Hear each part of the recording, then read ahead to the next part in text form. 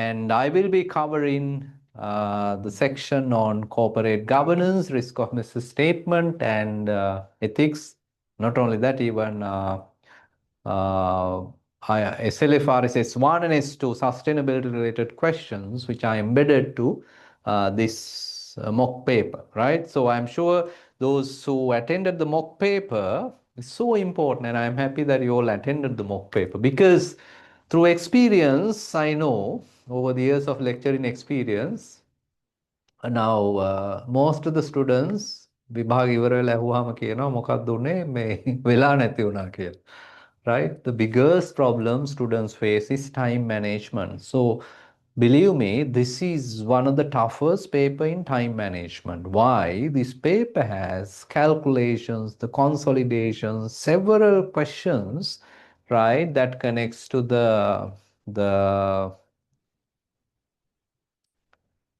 um that connects to calculations, right? And then there are other questions, case studies, which are connected to corporate governance, maybe ethics, maybe risk of misstatement. So different subjects, an open book, many books, right? Now, especially in a paper like this, and remember, this is your last chance, right? And I'm sure once you get through this paper, obviously you are almost chartered accountants and you don't need to go through new syllabus again, right? So therefore all of you will have the chance to pass the exam. So those who are very important at the mock paper, if you really did the mock paper, you would have seen the time management, ability to write the answer within the given time. And now obviously you can see whether you have written unwanted answers, the clarity of your answers from a paper marking perspective, right? So that's what I will discuss. I'll not take much time. So therefore, if you have questions, please ask. So I will probably cover this in within an hour, right? But hours වැඩි නැහැ කියලා worry වෙන්න එපා because my strategy is less time, more results, right? More benefits because all of us busy for the time, but every minute count, right? So a lot of learning. And then obviously, if you have question, please ask, clarify those questions, right? So I will begin with pre-scene part, right? And as you know, you have a real pre-scene, and I have done CA pre-scene analysis as well. And those obviously you are preparing, but this pre-scene is more important from a mock exam perspective, how questions can be answered. So without further ado, let's look at in the pre-scene what governance risk related questions were tested. So there is a separate segment if you go through the pre-scene that connects to the internal control specifically. Even in your actual examination, if internal control comes, you should be able to apply similar approach. That's the benefit of being in this session. Part 2. See, this is a telco company and there are information given in the pre-scene about the revenue, external auditor considering revenue as a key audit matter, those things were given. So now with unseen, some development, new information. Obviously, you went through this. I'm now analyzing this from writing answers perspective, right? Now, before reading anything at the exam, good student will go to the end and see what is there to answer. ඉස්සලා මෙතනින් පටන් ගන්න. Question එක කියවන්න කලින්. Requirement එකට එන්න. Evaluate key components. Of course, wow, right? ඒතර books හොය දඟලන්න ඕනේ නැහැ. මේ course එක යන්නේ මේ syllabus එකේ many times this has been tested. And if examiner wants to select an area to test, this is a good area. Why? Examiner can either select all 5 components of COSO, right? Or the control environment, which is a popular topic. So then from both angle, you can look at this, right? So evaluate key components of COSO framework affected by above findings of the external auditor. So see, the action verb evaluate is not easy one. So evaluate means you need to exercise judgment based on the case study information and get to the answer. Key components of COSO. How many components are there? Right? So if you look at COSO framework,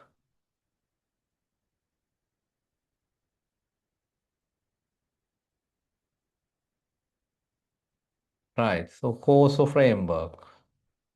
දැන් විභාගෙට යද්දි මේ ඔක්කොම ටක් ටක් ගාලා ඔළුවේ තියෙන්න ඕනේ, right? පොත් හොය හොය දඟලන්න ඕනේ, right? So the why COSO framework that caters to three important objectives of the business, right? That is about the operation, reporting, and compliance. And now we are looking more from a reporting. The financial reports are reliable. And it begins with a control environment, right? So what information there are in the pre-seen and unseen that connects with the control environment. Remember, control environment in turn connects to corporate governance. What is in control environment is integrity and ethics. I call Champio, right? Integrity and ethics. And then oversight of the board, whether there are independent directors, whether they challenge the management, organization structure, assignment, how the organization structure, does it facilitate segregation of duties, and then assignment of responsibilities, accountability, who is answerable if something goes wrong, right? Whether there is a clarity in assignment of roles and responsibility. And in this case, if you read, you will see that suddenly some accountant has left and internal auditor has been assigned to do the accountant's job.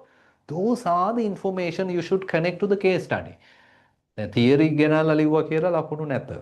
Very important ability, students, is to connect case study facts with what? Theory. That's what is expected from you. Ability to apply as a chartered accountant, any framework, this is how you apply. So that is control environment. What did I say? It's about integrity and ethics culture and issues you can discuss, right? And the board of directors, are they independent, whether there are committees, and then how about the organization structure, assignment, and then finally talents, whether the company attract and retain talents. So those are important segments of control environment. Then what is the process where entity identify risk? This is risk management. Now through the risk management, specifically ROM, දැන් මේක ඔයාලගේ syllabus එකට connect කරොත් this is ROM. See the beauty. ROM has a separate component in your syllabus, right? How management is going to identify those business risks that is impacting financial statement. And then once the risks are identified, let us say now this telco revenue recognition, there is a problem, right? Inherently, ROM, inherent risk is high. The controls are very important, right? But in this case study, if you look at the control activities are not really implemented and not working. So the control activities you have question, right? So the risk assessment, control activities, and then finally how information system and communication works, IT system, whether job roles are communicated, and then who is checking whether these things are working. So this whole thing should come to your mind very quickly. Wow, I can analyze and apply COSO framework to this case study for 10 marks. That's question 1. And then next one, evaluate key risk. This is from evaluate ROM from CFO's perspective, right? From the significant, if you watch my video that I done at CA for the case study, we looked at this for your pre-seen as well, right? What are the key risk of misstatement that are significant from the areas external audit highlighted? So this is why we should now read the case study, both pre-seen and unseen. One is to apply COSO framework. The other part is actually to identify what are the specific risk of misstatement. So this is what we are going to do. And then because it's a mock exam, if you have attended, if you have written the answer, you can actually see what whether what you did is, how marks out of 20, what is your marks? So let's read the unseen information carefully now. One is from application of COSO framework perspective. Other one is what are the risk of misstatement. So I give you 2 minutes to brush up your knowledge, sorry, not knowledge, just to run through the case in 2 minutes. Then I will explain.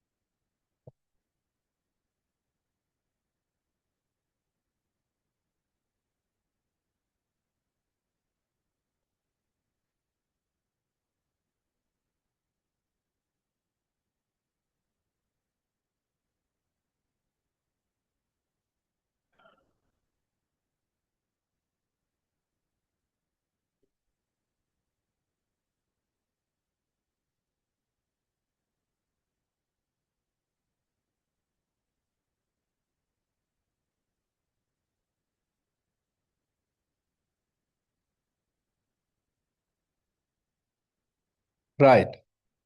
Now, when you look at this information, based on the preliminary work conducted by the external audit, it has been noted that there are significant weaknesses of control. Now, see, the assertion is completeness of revenue. Audit partner briefed the audit committee that the reconciliation between switch billing system and accounting system have not been effective. See, the control is not effective. So remember, this is a key risk. Now, even this question requires you to write risk.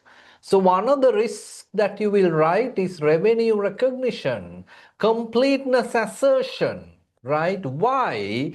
In telco, revenue recognition is inherently complex due to large volume of data processed through multiple systems involving significant IT system. There is a chance that some revenue may be leaked. That is the risk. So in that context, one of the key control company should have is this reconciliation from switch to billing system and billing system to accounting system. And the case unseen says that's not working. That's a huge risk. So therefore, you can now answer one question. දැන් මේ පේනවනේ මේක ලියන ගමන්ම උත්තර තියෙනවා, right? එතකොට ROM වලට එක උත්තරයක් තමයි we can certainly write revenue recognition. Then, how about COSO framework? Your control activities are failing. Now, you can also apply in the same paragraph COSO related points. The key reconciliations are ineffective, right? The control activities are not working. Why? And also it says, see, ineffective is substantial unreconciled. Please use this word when you write the answer. Substantial unreconciled amount. Persisting. Persist means it's there, right? It's not disappearing. Persist. And then another very important information for you to write COSO framework is lack of clearly established responsibilities for reviewing and resolving. So this is where organization structure and assignment of responsibility from the COSO framework comes in. So I hope you took that part, right? So then the other thing is organization structure and assignment. ඒකට මේක connect කරලා ලියන්න ඕනේ, right? So that's so simple, no? So if you understand a framework application, it's very, I mean, you can quickly exercise your judgment and apply that, right? Then the revenue assurance accountant previously responsible for this purpose has left the organization for undisclosed reason. Remember, normally someone in finance leaving for undisclosed reasons indicate, right? What? Integrity and ethical issue, possible integrity and ethical issue, right? Ethics. So this is a part of control environment. So you're picking another information for control environment, which is accountant left for undisclosed reason is a question specifically why without disclosing special revenue accountant, right? And during the accountant's absence who went there, internal auditor was temporarily assigned to prepare the revenue reconciliation, raising concern about the segregation of duties and continuity, right? So that's a serious issue again connecting to the COSO framework, segregation of duties, your control activities, right? Because why segregation of duty, more than segregation of duty, another word to use is conflict of interest, right? Because the auditor, then you can't rely on auditing because same auditor subsequently can come and audit, and not only that, internal audit team, right? In COSO framework, remember the last part is monitoring. Monitoring means somebody has to ensure that the controls are working, and that is internal audit. If the internal audit is preparing the reconciliation, how can he or even now we call this in code of ethics language, what risk? Self-review threat. There is a significant self-review threat, right? Because of the internal auditor is preparing the reconciliation. And then additional information. Privilege access and backend adjustment. The audit partner inform audit committee that a few users have privilege access, right, enabling them to perform. This is very serious. So in a context where you have a reconciliation problem, the backend adjustments are also so this again goes to segregation of duties, as well as remember in COSO framework under control activity you have information processing control. Under control activities, you have IT application control and IT general control. So having backend access is a serious ITGC issue, right? So there is a serious ITGC issue that you can point out. So like that, students, I hope you have captured these points to your answer. To save your time, I have shown you answer. I have prepared an answer.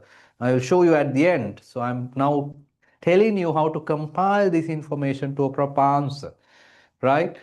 So the main thing is as you read, even in exam paper එකේ මෙහෙම කියවන ගමන් මේ පැත්තේ answer එක plan කරගන්නවා. ඊට පස්සේ ලස්සනට answer එක ලියාගෙන යන්න තියෙන්නේ, right? That's how brilliant student manage the time.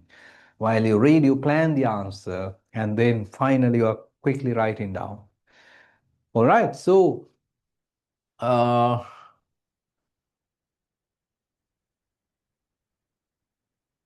right, so backend adjustment story, and after that, significant audit areas highlighted by partner. This may be relevant to our balance from. That make it from Tibuna, that is revenue recognition.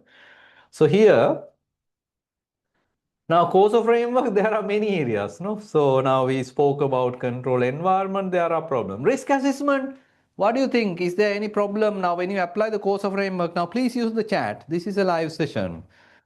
Now in COSO framework, how can we apply risk assessment part to this case study?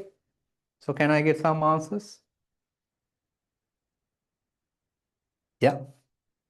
Waiting for answers.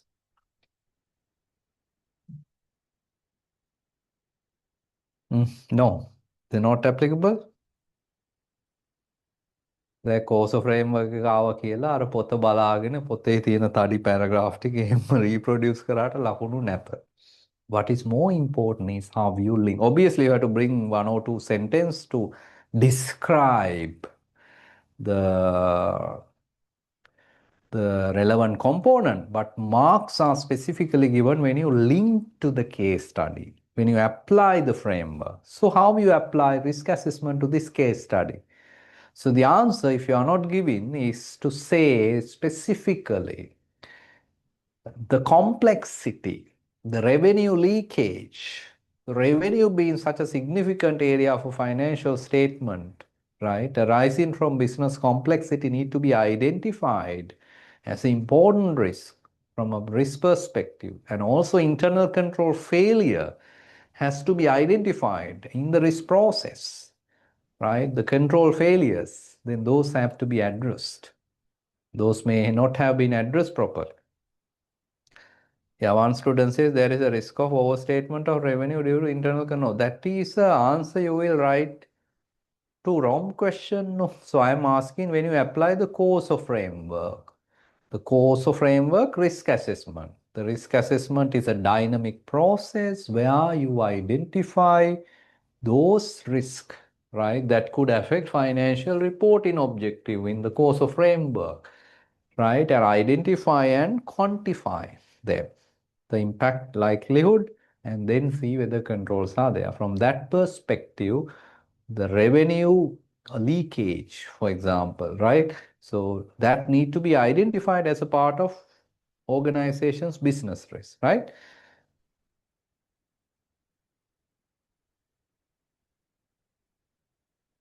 Yeah, so another student says not proactive stance in risk assessment. Yeah, that's a good. So you can't rely on external auditor to tell this, right? So internally, remember in risk management, even they may identify this as an important operational risk, for example, because operational risk means risk arising from failed or inadequate process, people, system, right? So that is one angle, and internal control risk likewise. Then, okay, so let's look at the other areas given by the partner. Network expansion. The company plan expansion into northern and eastern province, right? And upcoming financially, including the terms and condition of new lease agreements of tower location presence in new risks that must be carefully. Can somebody tell me what are the risks due to this one? Network expansion, please use the chat. Let's see what you have identified. What are the, how do you connect to financial statement risks? The network expansion, what are the account balances? And what are the accounting standards? What are the issues? Anyone?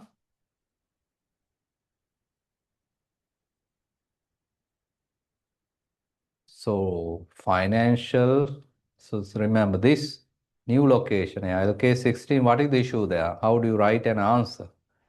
Yeah, capitalization of assets. So determining whether obviously this lease, a operating lease, right to use model of accounting, the estimation, right? And remember, there is a very specific issue for telco, asset retirement obligation or decommissioning provision.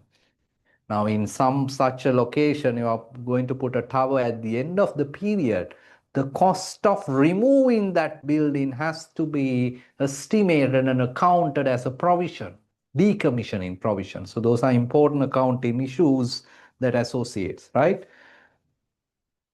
Decommissioning provision or it's also called asset retirement obligation, ARO. Then 5G rollout, the progress of SLT commitment to introduce 5G services in Sri Lanka with an additional capital expenditure investment of 3 billion. So that again, you can talk about accounting. How about impairment of current thing? Revenue recognition, there is a high inherent risk. This one we already spoke.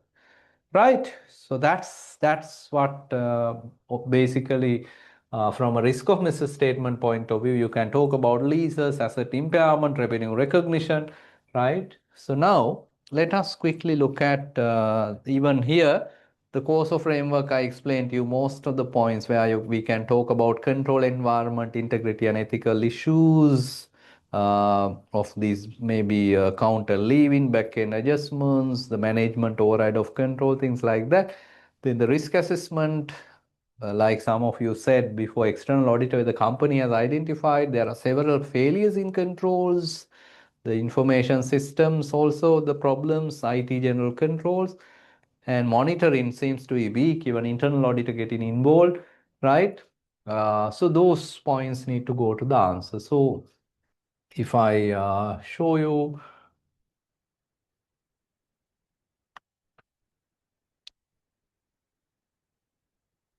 some of the points that should go to your answer specifically, right? I'm drawing attention to case study specific points, the course of framework application, control environment, right? So specifically, right? So you know control environment, you can briefly describe it, right? He set the tone, right? Now, then come to quickly this part. In this scenario, the lack of clearly established responsibility for revenue reconciliation and the absence of designation revenue assurance accountant indicate weaknesses in the structure and assignment of authority. Make live brilliant. If you can write this type of answer. Did you write? theory ගොඩක් දාන්න කලින් what is the specific issue that you are talking, right? So the lack of responsibility for this process, right? Because this is coming in the control environment, the part call, organization structure and assignment, which I explained to you. So management must reinforce the accountability. Who is the single spock, single point of accountability, who takes? So then you need to clearly define roles and responsibility for reconciliation process, with the internal auditor to do, right?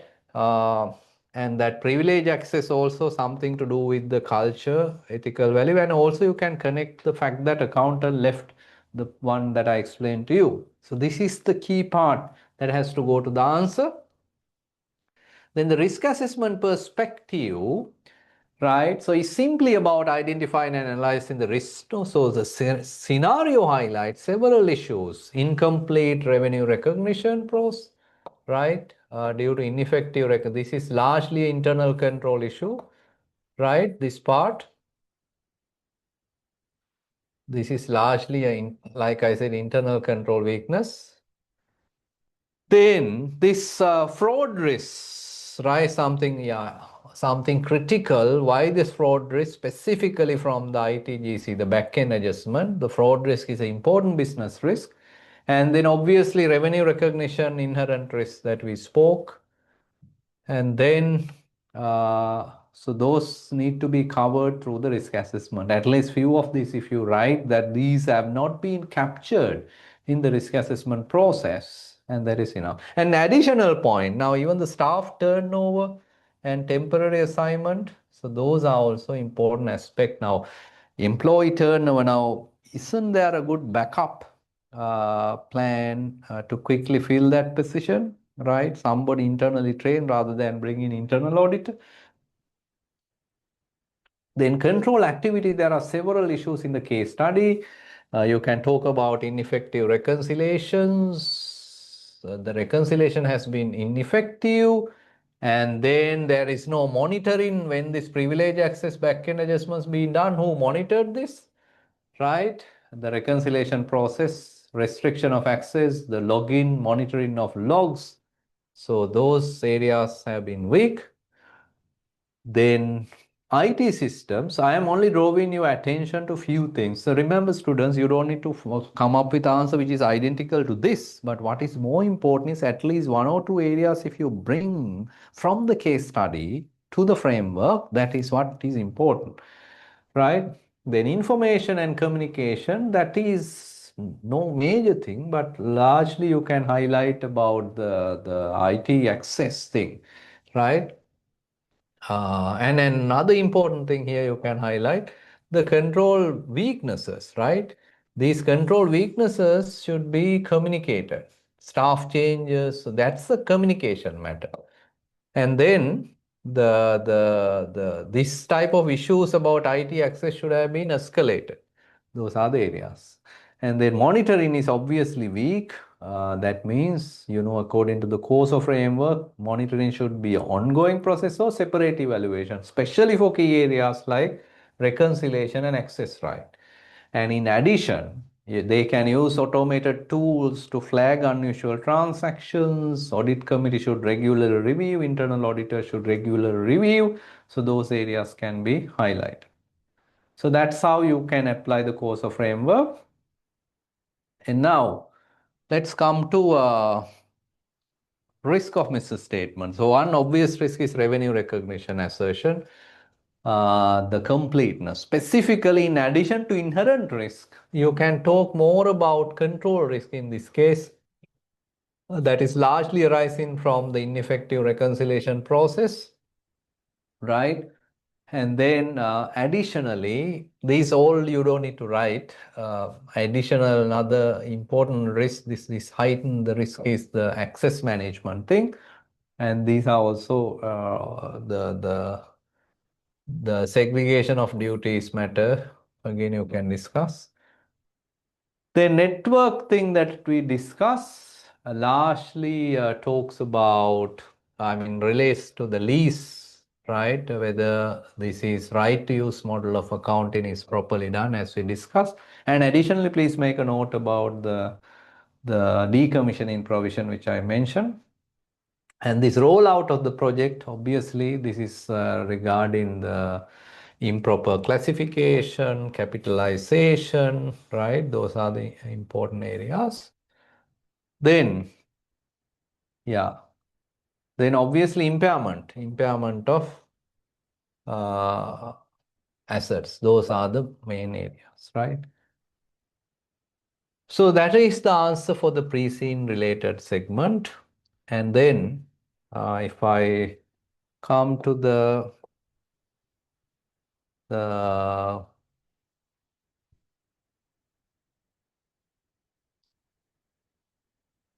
yeah, any questions, students, before I get into the other questions? That is separate question on corporate governance and sustainability, ethics. Any questions? Have you answered properly? So can you, out of 20 marks, those who got more than 10, can you respond?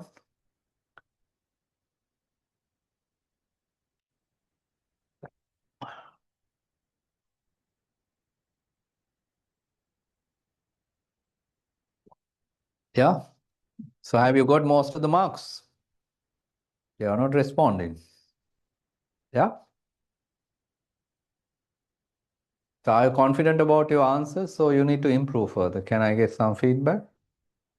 It's good for other students also, right? If you feel confident, wow, good. Or you need to practice more. Now limited time, you have to be very confident to apply case information and write the answers. Right, so let's get into the next question that is relating to governance.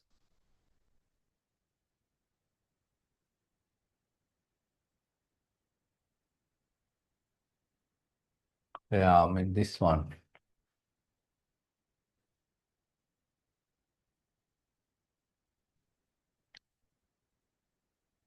Right, Roof Tech PLC is a part B of question, page number 6, right? Now this Roof Tech, again, we always should come down and see at the end of the question, what is the requirement? Why should I read this case? For what?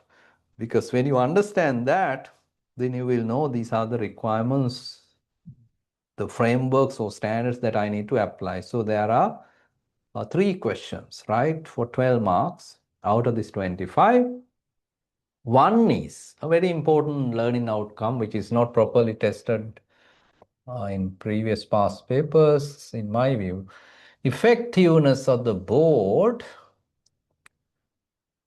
in terms of discharging main board responsibilities in accordance with the code of best practice of IR. This type of questions have been tested, but if you also read your syllabus, there are areas like specifically on the board, the functions of the board of directors, performance, conformance function, the roles of the board of directors, right? Now, the corporate governance code, directly from the code, obviously there are questions tested.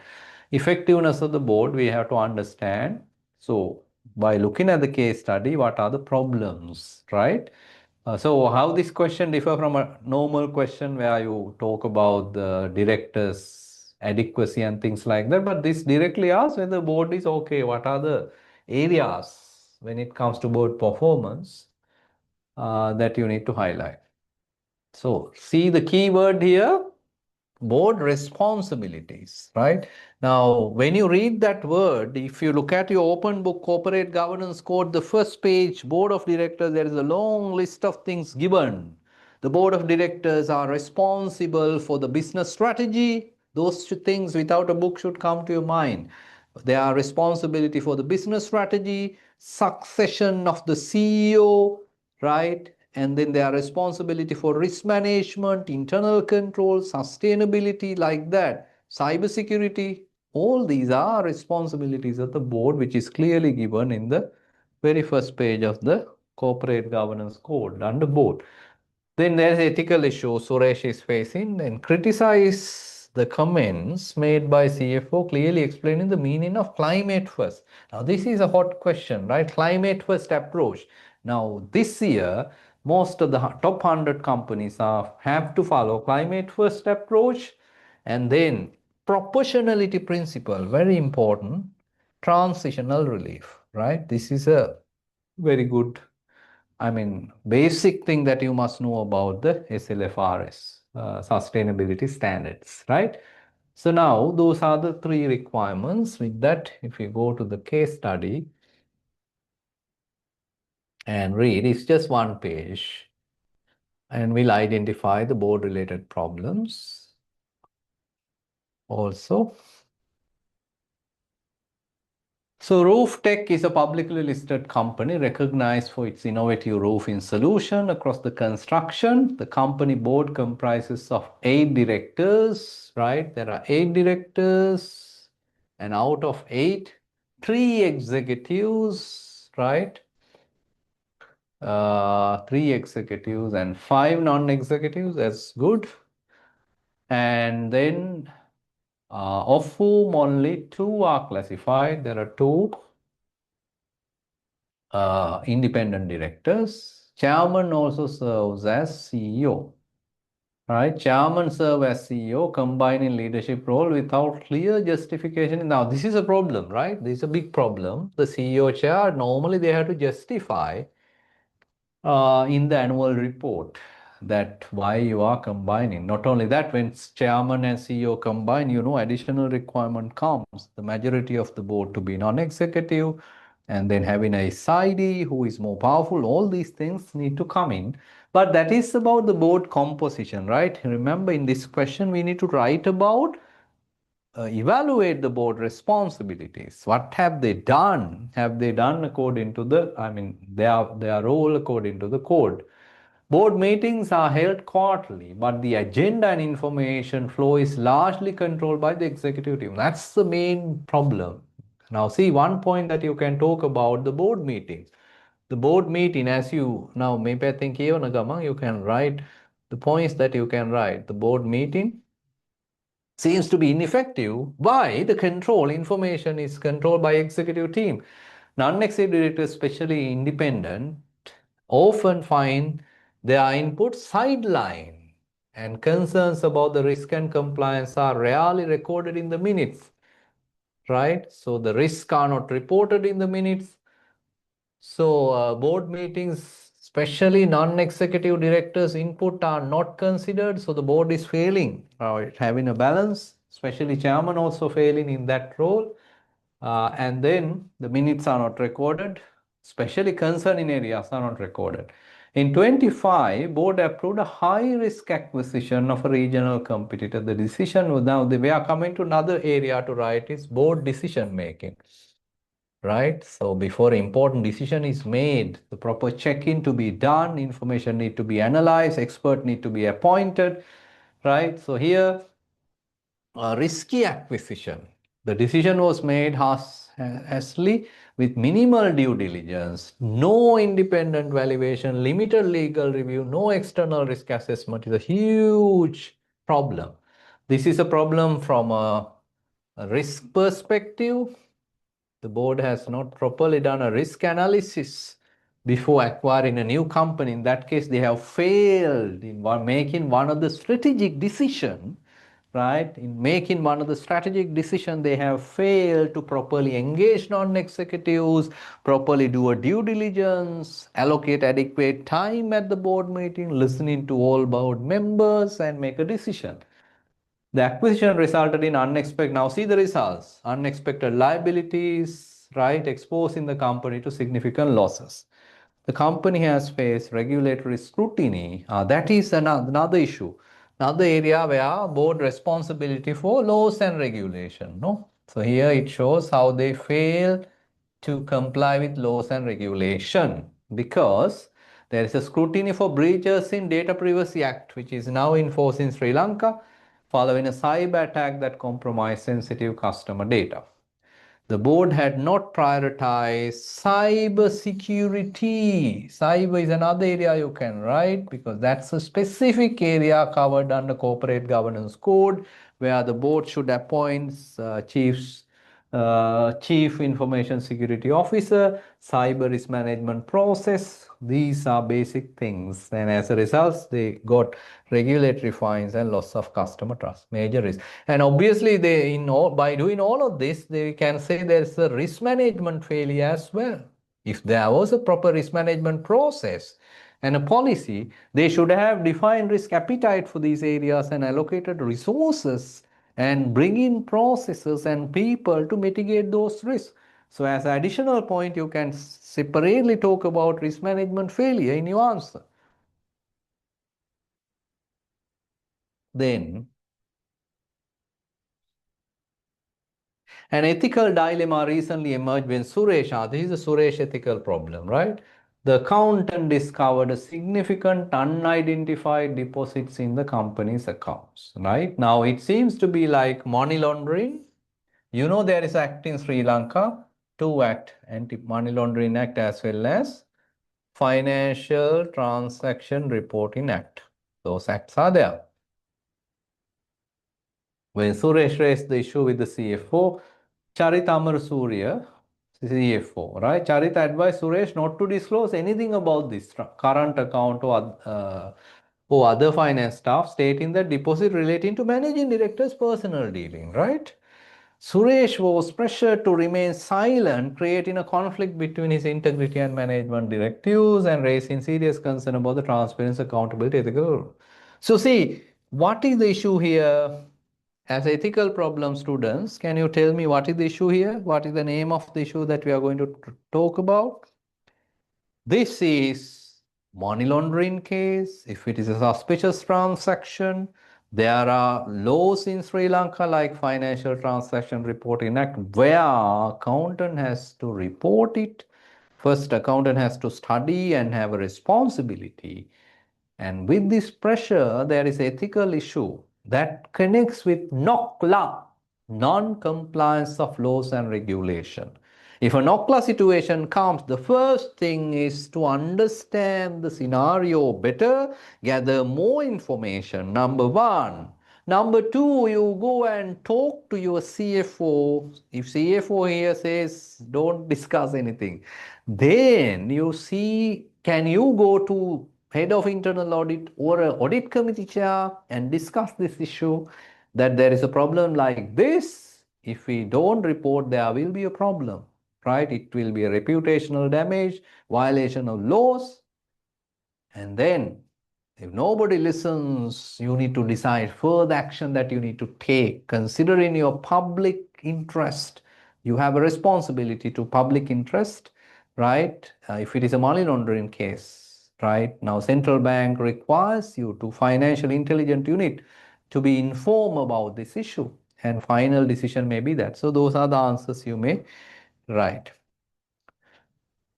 Then that is NOCLA. I hope you have written that answer. Then coming to IFRS, sorry, SLFRS S1 and S2.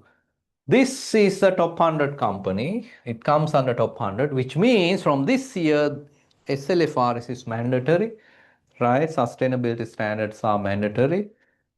Uh, then, but here there's a comment.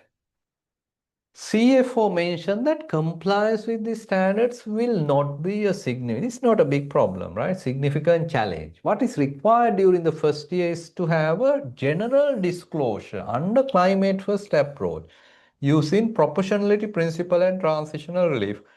The idea here presented here is that CFO is underestimating this, saying it is general disclosures and bringing these new words, proportionality principle, transitional relief, and telling the board here, don't worry, this is not a big deal. Is that right? No. So then in your answer, you need to clarify what is, you have to challenge CFO here, but when you challenge, you have to tell what is climate first, what is proportionality principle and transitional relief. So can I get some response? So what do you know by climate first approach? Can you write? S2. Yeah. So one answer is S2 from Samir. Yeah. But if you specifically say what is S2 here. What is the requirement? So remember, S1 and S2 is about SRRO, reporting sustainability related risk and opportunities along with the relevant core content, the governance strategy, targets and metrics. Sorry, governance strategy, risk and target and metrics, SRRO, right? SRRO is much broader. There are many SRRO. For example, now I explained to you, I hope in one of the lecture I did see the SRRO coming from where? It coming from two things, dependencies on resources and relationships. So imagine you are a company, you are depending on water, and there is a water shortage, that is a SRRO to be reported. You are depending on some talent which is not there, it is impacting your cash flow, that is SRRO to report, right? Now, yes, now you are correct. What you have to report in the first year is climate related risks. Now, can you tell me what are the climate related risks you have to report? What are the risks? Two types of risk, physical risk and transitional risk. What are the two types of physical risk? Chronic and acute risk. Now, this recent cyclone is what? Chronic or acute? Suddenly it came, no? Acute. Yeah. So what is transitional risk? What are the types of transitional risk? Sorry, not transitional risk. So there are regulatory risk, market risk, right? Likewise. So the transitional risk means the risk when you are transitioning to a green economy, how it is going to impair your assets, whether the consumer demand will drop or whether more demand will be created for green product, then that is opportunity. So likewise, so the climate first approach doesn't mean a general disclosure. It means disclosing what? Climate related risk and opportunity. Mandatory disclosure under what standard? Tell me what are the mandatory disclosure? Mandatory disclosures are governed by SASB standard, industry standard 77. Based on the industry you are in, it guides you what need to be disclosed, right? Then is it enough? No. It also requires you, right? Not only there are the targets, right? Climate related targets, transitional plans, the assets which are impacted. There are several disclosures that need to be documented. Climate resilience, right? Climate related scenario that you are anticipating. So all of those information are not general but specific to your industry. That's why SASB also talks what is your industry, what are the climate risks, and then finally identifying your carbon inventory. What is your scope 1 inventory, right? Scope 1 means what you internally burn. Scope 2 is what you purchase from CEB, right? It is purchase electricity or steam. Fortunately, scope 3, you have a relief, and that is a transitional relief. So scope 3 has 15 category, both upstream and downstream. So you have a relief, right? That is the transitional relief CFO is talking about. But remember, proportionality principle, when you happen to report, quantify this, say, scenario analysis, the impact, so all of that, do you need to spend a lot of money? Or you have to do based on the best available information without spending much money? Yes, that is called proportionality principle.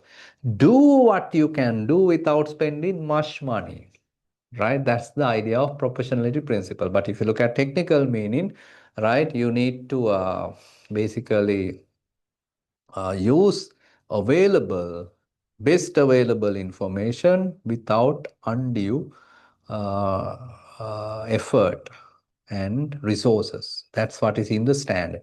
So then if you apply that principle, some of the financial modeling you need to do to quantify the impact, but you don't need to do. You can qualitatively disclose saying that you don't have skill to do that. So all that provision is there in the standard. So those are the answers you can write. So in summary, the CFO statement is not right. Because standard doesn't talk about general disclosure. It's very specific CRRO under climate risk approach, specific to the business that they are operating. They are in the business of what the roof manufacturing. They are manufacturer. They need to look at their carbon footprint. They need to identify specific CRRO based on the industry they operate. And then the transitional relief, yes, it is applicable for some areas which you can mention, like scope 3 emission is excluded. And then proportionality principle means, right, you can report based on supportable information without undue resources, right? Undue effort and resources being spent. Right, now let us look at the answer again, that how you summarize this answer, right? So board of directors weakness, if you look at, one is we can see whether board has the proper uh, the balance of power to make those decisions properly, right? The lack of sufficient independent executive directors, concentration, especially combined CEO and chair, that is applicable. And then it is also a little bit silent about the financial expert in the board, right? That part is silent. If you want, you can talk about it. The risk management is a major area that we can talk, right? Because due diligence, high risk decisions are made without a proper check, right? And then other areas, especially, is not ethical. Ethical leadership is not disclosed. Ethical leadership is not practiced by the board when they don't allow non-executives, they are not given information and their views are not properly heard, right? There are concerns. See, this dissent in views means disagreement, right? So lacking as dissenting views and transparency concerns are often suppressed. Overall, board is not effectively discharging their duties, right? Exposing company to strategic, financial, and reputational risk, right? Uh, and then the overall board setup also, they have given a lot of power to the executive directors by the board setup, right? Then about the CFO's comment, like climate first approach, that is a transitional relief, allowing companies report only on climate related risk and opportunities, because investors are very keen on these disclosures, right? That's why the proportionality principle means, this is the word, reasonable and supportable information available at the reporting date without undue cost or effort to apply the requirement, and that is matching with the skill and capability and resources, right? This ensure company, I mean, based on the size you can apply. Transitional relief, temporary exemptions that are given, right? So good example is scope 3 emissions, the exemptions which are given, right? And then the CFO's comment to justify non-disclosure of significant information which is not really acceptable, and that might even be seen as unethical, right? Then I told you about NOCLA matter, right? So specifically in Sri Lanka, this Financial Transaction Reporting Act, this comes under Suspicious Transaction under Financial Transaction Reporting Act, and then potential non-compliance. So then your role is to understand and document this, and then communicate this with the right level of the management, like I told you, internal audit committee, and explain them the implication of this issue. And then when you read the act requires, there is a legal obligation to report to financial intelligence unit in Sri Lanka, right? And that if you don't report, that will be a problem. Therefore, considering the public interest, if management fails to address this concern, right? I mean, if they don't take actions, so Suresh has to uphold the law by protecting the public interest and based on the code of conduct, right? He may decide to communicate this. Right. So, like I told you, I told you I will take about 1 hour. Exactly, I have taken that time. So, 4 minutes left. Less with more. I hope you learn about specifically when a case study is given, right? Don't produce a lot of theory. Instead, try to connect your pre-seen information and unseen information and bring that to the answer, right? That's the main learning point. And other areas like this SLFRS is a hot topic you need to be aware. Ethics, so usually, those questions can come as 5 marks, 10 marks, but specifically, even from exam perspective, risk of misstatement, internal controls are likely area which we have already discussed in the pre-scene, right? Do you have any other questions? If not, I can wrap up the session and Isuru sir will take over the next session immediately after my session. You can take a break and then join. Yeah. Are there any questions? I hope discussion was useful.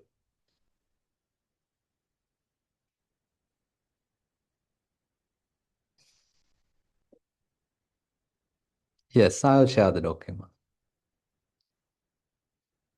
Yeah, now see one student, please ask your question. Huh? What are the auditing standards we have to focus? Don't focus on auditing standards. Right? Because I told you, you can watch my pre-scene. Why? This is not auditing paper. This is CFO's perspective of risk. That is why auditing standards are not required to be referred to. Auditing standards have not been even mentioned in the learning outcomes, right? However, you have been given as a pre-scene, sorry, you have been allowed to take study text some chapters to the exam hall that is specifically risk of misstatement chapter. So basically, although auditing standard detailed study is not required, but certain knowledge from auditing standard you need to have. If I answer in that way to your question, then you need to understand the CFO's perspective of risk, the course of framework. Those are there in study text chapters, the knowledge required.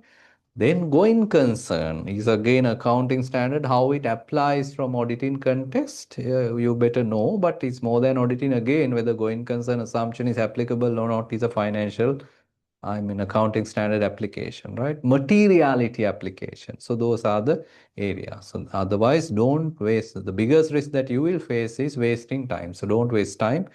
Just look at few past papers and pre-scene we have done at CA. It will tell you how easily you can answer this segment where corporate governance, risk of misstatement, internal control, and ethics questions are tested, right? Can we use abbreviation like FF? What is FEA? Better not even. I don't know what is FEA. What is FEA? So, unless abbreviation are famous, so don't use, right? Because paper marker may not know that. Yeah. Any other questions?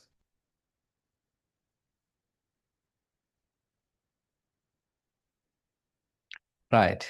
If not, we will conclude the session. Wish you all the best, right? I'm sure all of you can pass the exam. This is the last paper. New curriculum has already, effective from this year, and I'm sure you will complete the examination. And Dr. Isuru will take over the next. Right. Isuru sir, I think you have joined. You can give them about 2, 3 minutes and then start. Okay, sir. Okay. We'll give 5 minutes. Yeah, better, no? Okay, so I just Yeah. concluded. Thank you.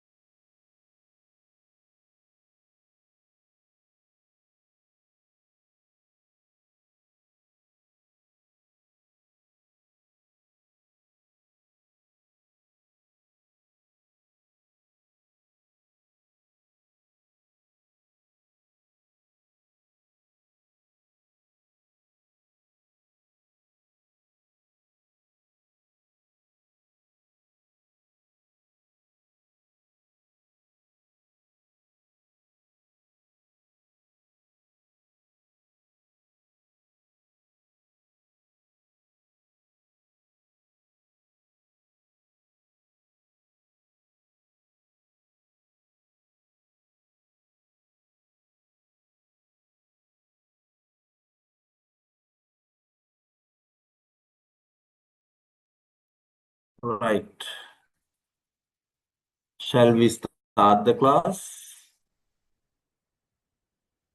The revision class? Or Yes, we can wait start. another We can couple of start. minutes? Yeah, we'll start the revision class. In other words, discussion on the mock paper. Already you have sat for the mock paper. Today we are discussing the model answer. So already Indranil sir has discussed auditing part. So I would be taking you through the balance part of the question paper, particularly unseen. So unseen question has been developed based on the pre-seen, right? So through this you can get good understanding how you should answer for similar type of questions, right?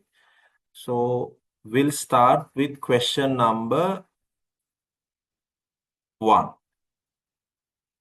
Question number 1. Right. Now, as you are aware, this ABR consists of corporate reporting as well as auditing part, right? This is a combination of both aspects. So when you write answers, you should know in which perspective that you should write. Okay, sometimes investors' perspective that you should apply.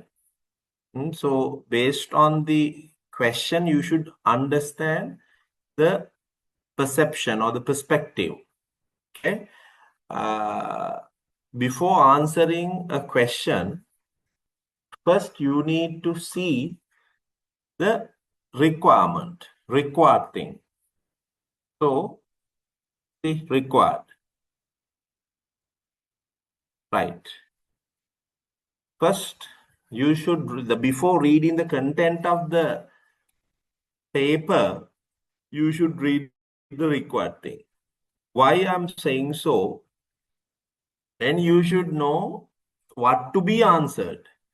While you are reading the content or the body of the question, in your mind, you can plan your answer.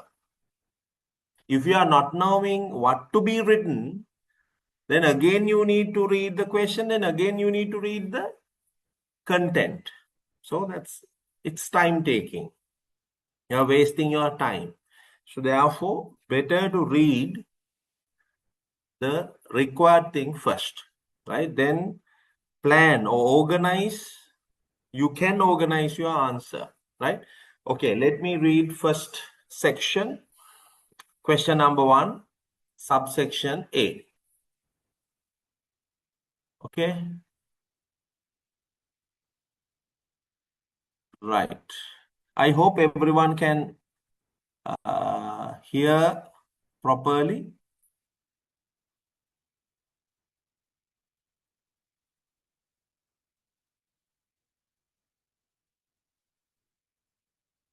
Yes.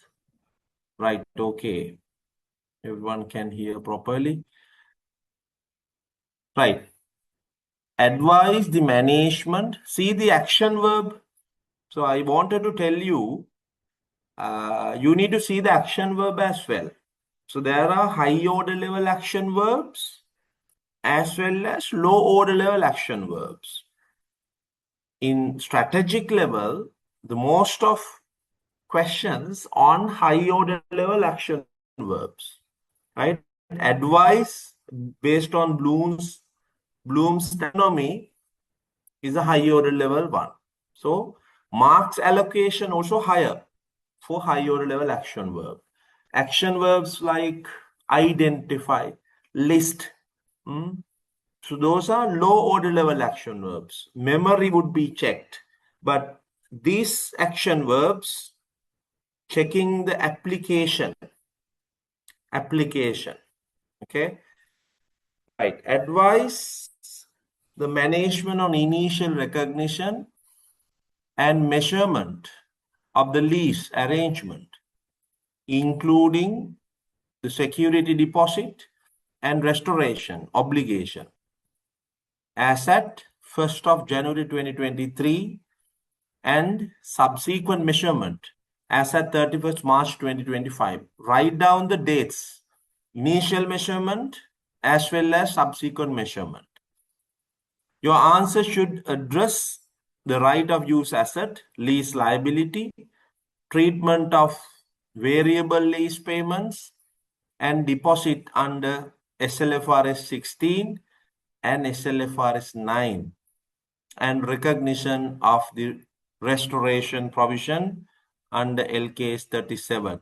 Use discount rate of 12%. So for that, you can earn 10 marks, right?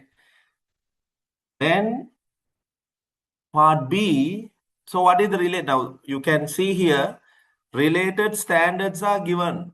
So when you write, you need to apply the sections of respective standards. SLFRS 16, leasing, SLFRS 9, financial instruments, LKS 37, provisions, contingent liabilities, and contingent assets. So basically there are 3 standards. So you can apply them and you can earn 10 marks. Okay. So let me read the second one. There is a message. Give me 1 minute. What is this number? I don't know what is that number. Okay. Right. Second one, part B. Evaluate whether HLC may recognize the fair value of the leasehold land in its financial statements at 31st March 2025. Consider the requirement of SLFRS 16 and LKS 40 with regards to right of use asset and investment property. Small one, 2 marks. Simple. Part C, prepare 3 mandatory disclosures relating to the above lease arrangement. So disclosure requirements, main 3, mandatory 3, disclosure requirement to be mentioned in the financial statements of HLC, right? For that 3 marks. Then next one, part D, advice on the accounting implications of the sublease of the spa area of the independent operator in HLC's financial statements for the year ended 31st March 2025. Discuss, there is another part, discuss how HLC should classify the sublease, finance or operating. That's on books of lessor. I hope you have learned, you have answered for this question. That's in the books of lessor. So there are basically 2 sections, books of lessee and books of lessor. So this particular question on books of lessor. From the perspective of intermediate lessor, the effect of right of use asset and lease liability and any profit or loss impacts. 4 marks.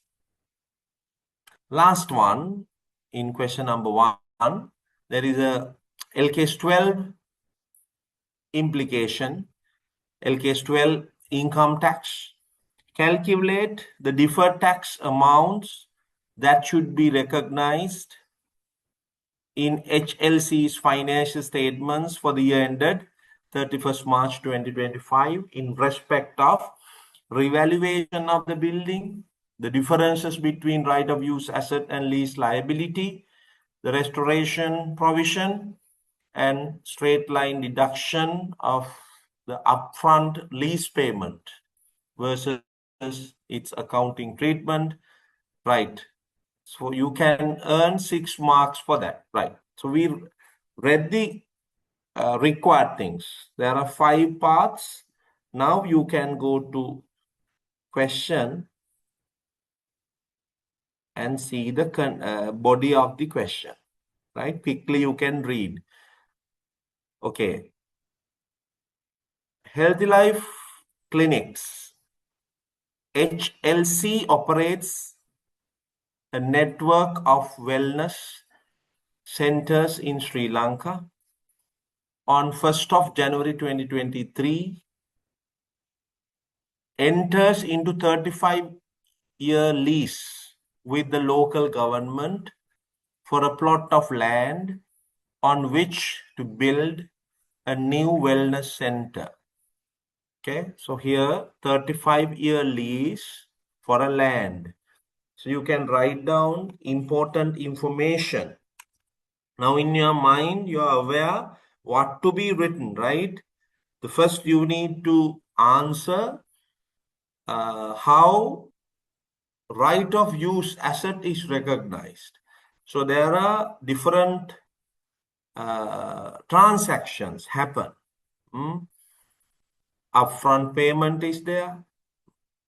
Then lease payment, annual lease payment for 15 years.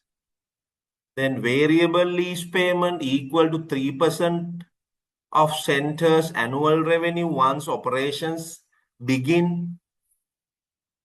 So likewise, so there are information or transactions, right?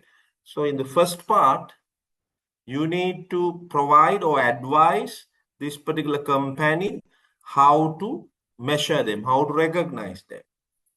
Okay. Right. I will go to my whiteboard. Yes. Hope you can see my whiteboard. Okay. Strongly believe you have a hard copy or soft version of the paper, right? Simultaneously, sometimes I could not share both, right? So I have taken a printout of the paper so I can read through that. Okay. While I'm reading, I would write important information in the whiteboard. That's why now I hope you can see my whiteboard. Right. Question number 1.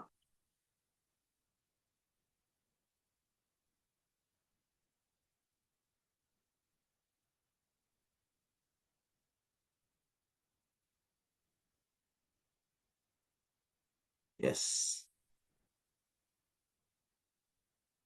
Right. Question number 1. So this HLC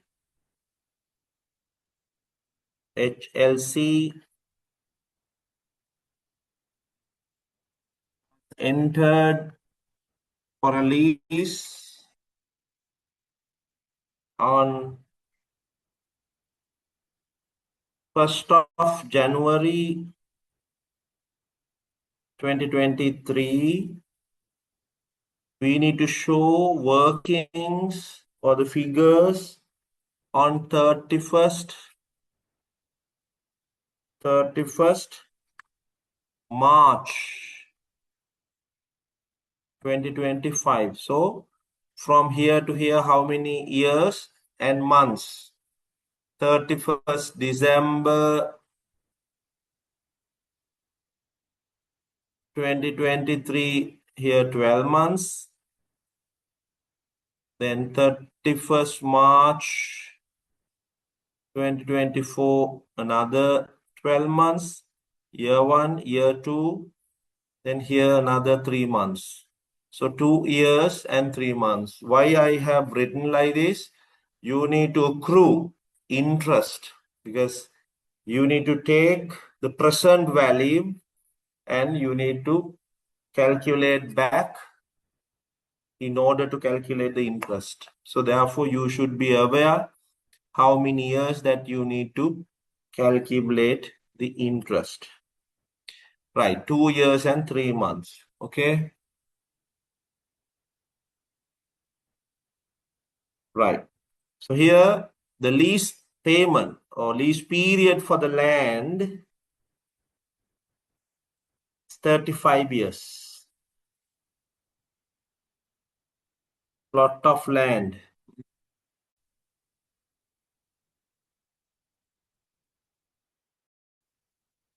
$35 years. Upfront payment 400 million at the inception. So what's the double entry? Now, when there is a lease, you should be aware the double entries, right? So I'm not going to touch from the beginning, right? I would be giving the answer for this particular question with the explanation. Right of use asset. Right of use asset. Then you have to have lease liability account.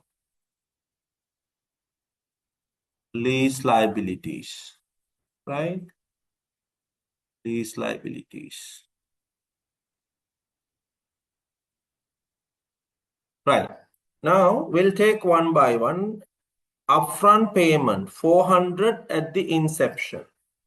What would be the double entry? What would be the double entry for the 400 million? So we have paid it, right? We have paid it. What's the double entry? We'll calculate all the figures in millions as you are given in millions. So 400, I would take blue color. 400, right of use as a debit, cash credit. It's a part of right of use asset. You should know the double entry. So cash credit, right of use as a debit. That's very clear. Then fixed annual interest, fixed annual lease payments. See this one, second bullet point.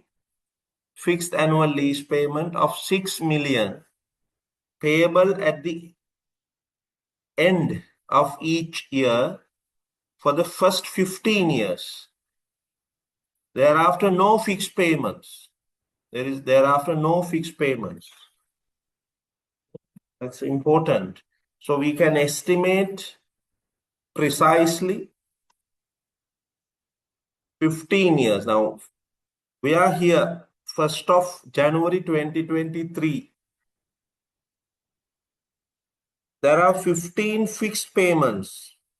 There are 15 fixed payments, right? What's the installment? Installment is 6 million. 6, here 6.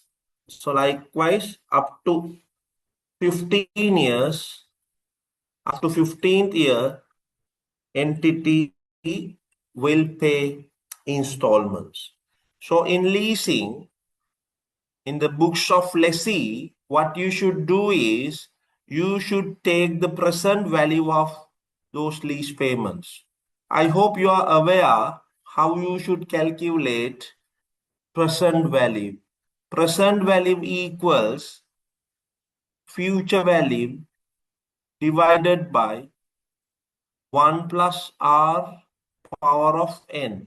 So this is simple present value equation. Present value equation.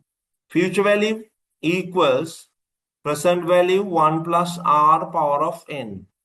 The same equation that I have written earlier, and if we can derive present value, how you can do it? Both sides can be divided by 1 plus r power of n. 1 plus r power of n, right? This one to this one cut. So present value equals future value divided by 1 plus r power of n. Okay, now what has been given here? You are given future values, right? You are given future values, equal value, right? Equal. Every year, 1, 2, 3, up to 15, installment has been given. Likewise. So here what you should do is you should take the present value of it. How you could do it? Do we need to, do the calculation year by year? Are you going to do that year by year? No, it's time taking. You can do it like this. Year 1, 2, up to 15, then cash flow, 6, 6, 6, then discounting factor, then present value. You can do it, but only this question can be answered. Therefore, you should know the application of the shortcut. So in this scenario, what you need to do is you need to apply annuity factor. Annuity factor. How to calculate annuity factor? වාර්ෂිකය කියලා කියන්නේ. Annuity factor equals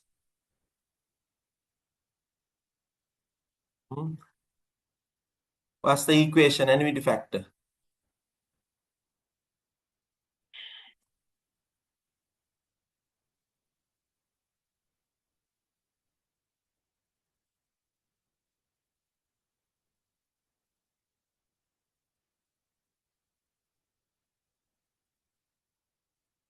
Anyone?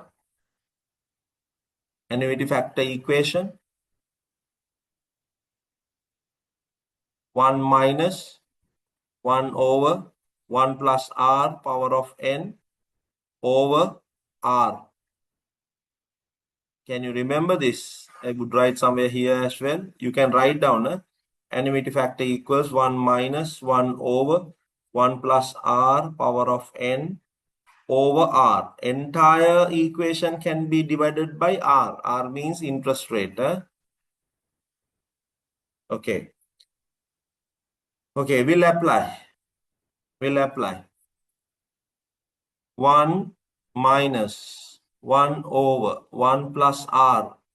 R is 12% per annum.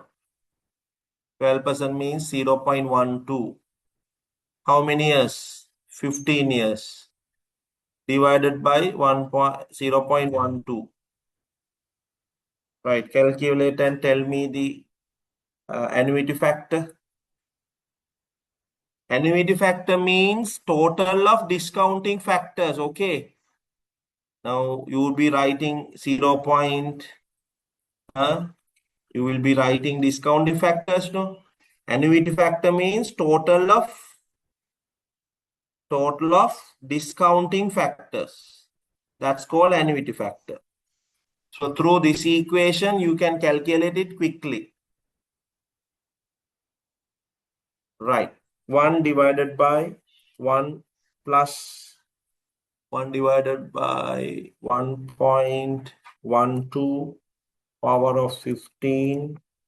1 minus answer divided by 1.2. 6.81. Annuity factor 6.81.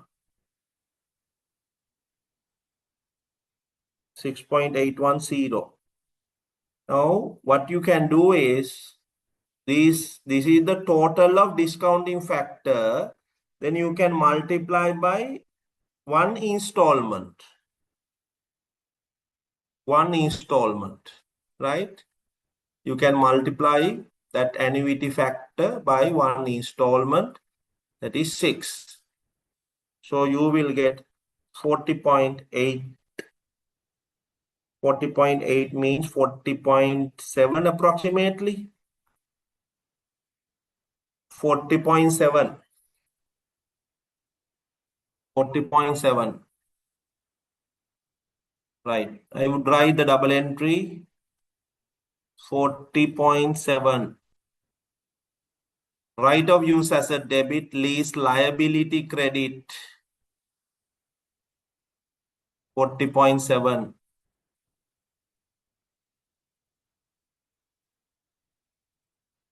Lease liability. Here you can write lease liability. Here you can write right of use asset. Did you understand that? Did you understand?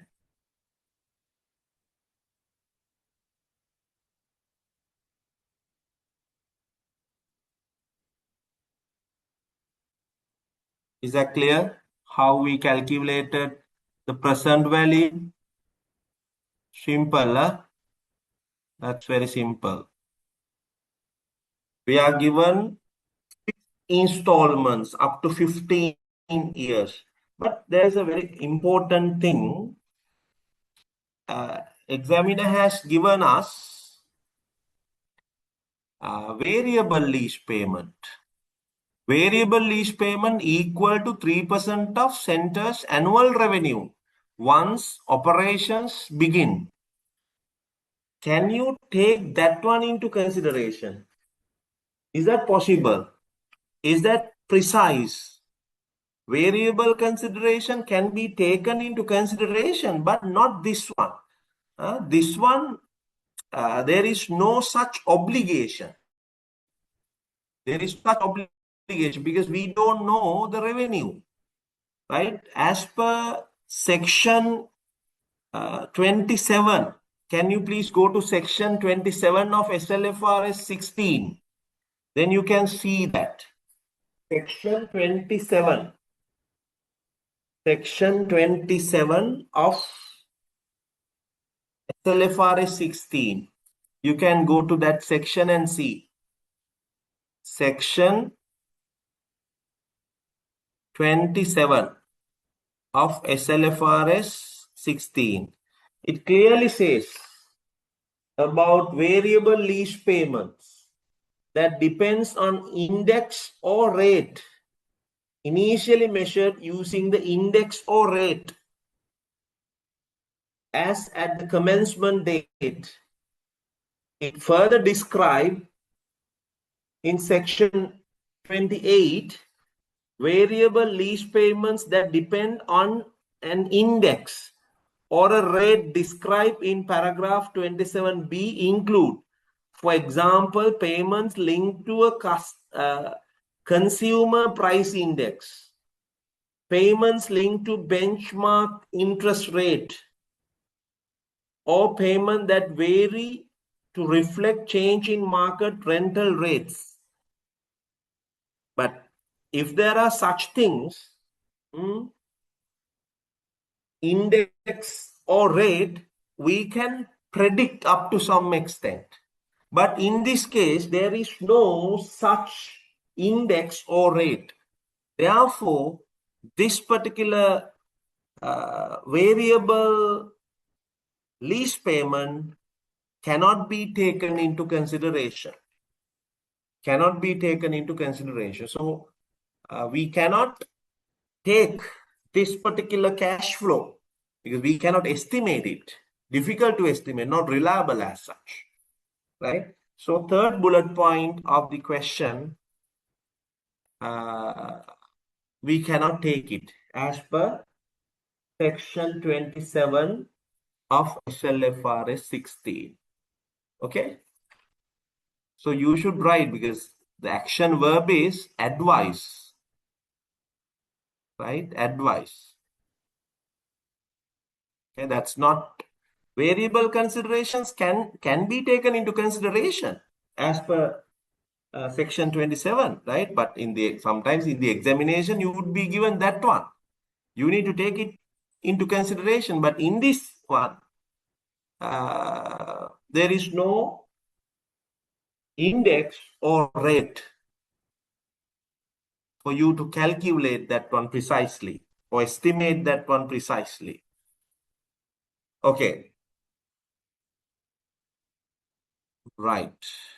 Hope you are clear on that. We calculated present value of lease installments. Now we'll read balance part. In addition, HCL paid a refundable security deposit of 50 million at the commencement of lease. Refundable deposit of 50 million. Oh, that's interesting. That's interesting. Deposit will be refunded at the end of the lease term. At the end of the lease term, the deposit will be refunded. Okay. Now, when HLC pay this 50 million, what's the double entry? What's the double entry? Huh? There should be a double entry, no? What's that? Somewhere here I would write it. Now, when we pay, cash should be credited, no? Cash should be credited, right? Then something should be debited. What's that? What's that?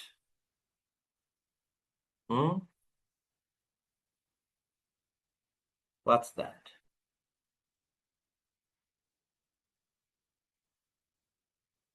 Refundable deposit. Yes, that's an asset. Huh? That's an asset. I would write asset. 50 million. Then cash credit 50 million. So I recognize this one under an asset, temporary. Why? There is another small adjustment to be done. That's why I wrote this one under separate account. Right. Then we will be getting this particular 50 million at the end of 35, after 35 years, we will be getting it again, right? We will be getting it. Okay. Now you need to take the present value. Now we will be getting a cash flow of 50 million, right? Now year 0, at the end of 35th year, we will be getting 50 million. So what is the present value of it? Calculate it by applying rate of 12%. Now you know how to calculate the present value. Present value equals future value divided by 1 plus r power of n. Present value is 50. Sorry, future value is 50. මොකද අනාගතයේදී 50ක් ලැබෙන්නේ. එක ධන r 12%. Within 35 years. How much?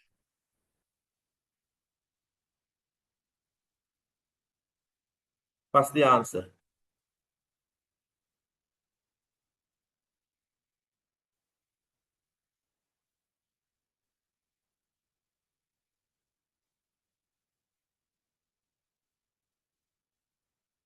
Zero point 0.95 approximately. 0.95. You need to recognize this one as financial asset. Financial asset. This one as financial asset. 0.95.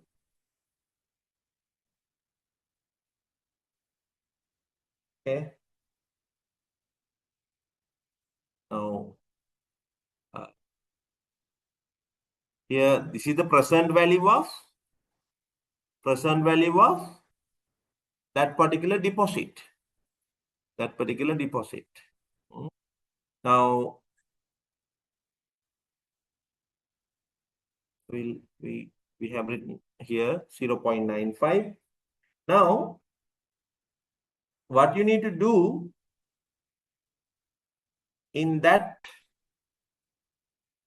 adjustment. Now here we have deposited 50 million, and there is a present value. Present value of that refund is 0.95. 0.95. So we can write the same amount, the same account. Then there is a difference. What is the difference? 50 minus 0.95. 49.05. So this 49.05 can be written in the right of use asset. So the net amount. This net amount can be written here. 49.05, right? Deposit.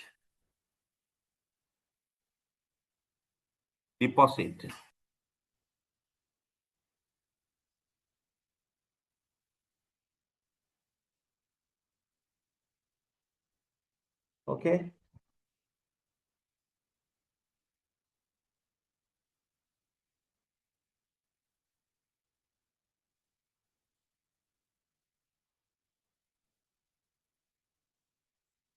So this net amount we should write here 49.05. Yes, we should take the present value of that particular financial asset.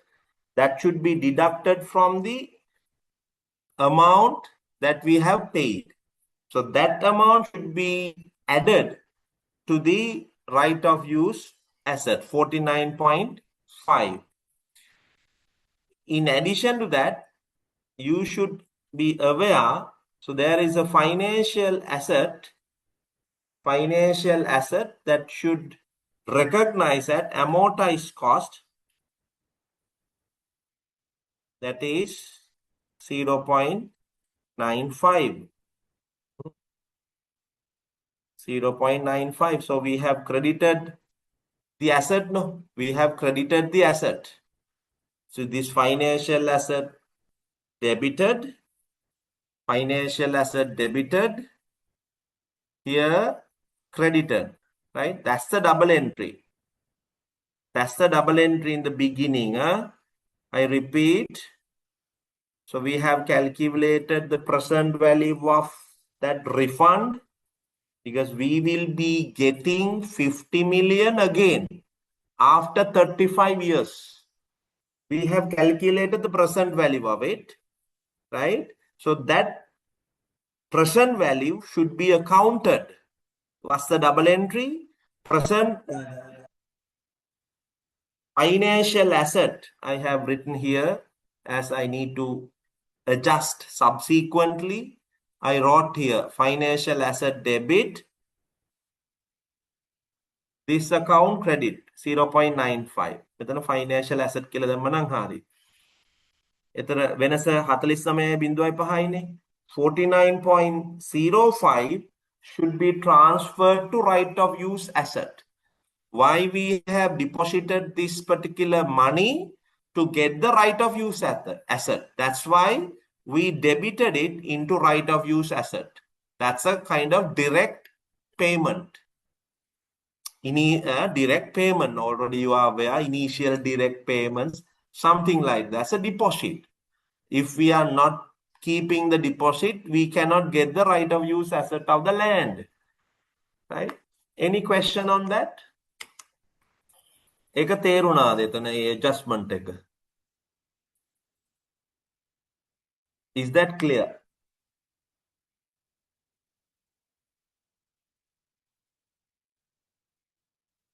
Is that clear?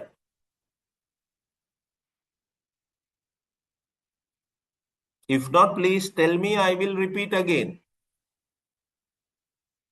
තේරුණ නැත්තම් කියන්න.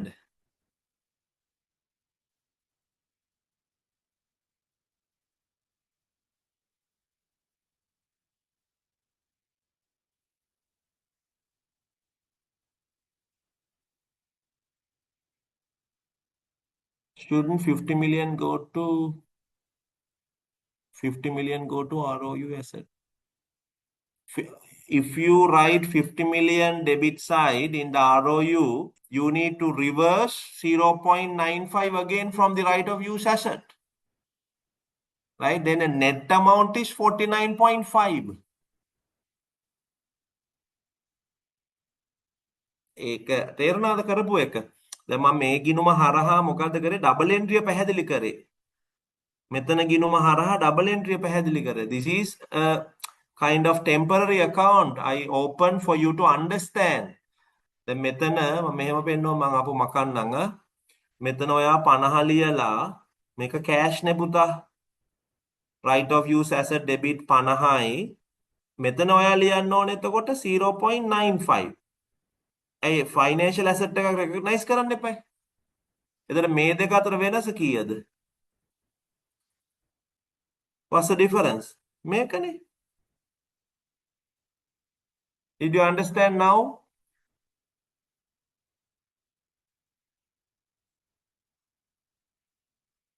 Right. දැන් මම රතු එක මකනවා හොඳේ. රතු එක මකනවා. Right, okay. Double entry තමයි ඉතින් තියෙන්නේ.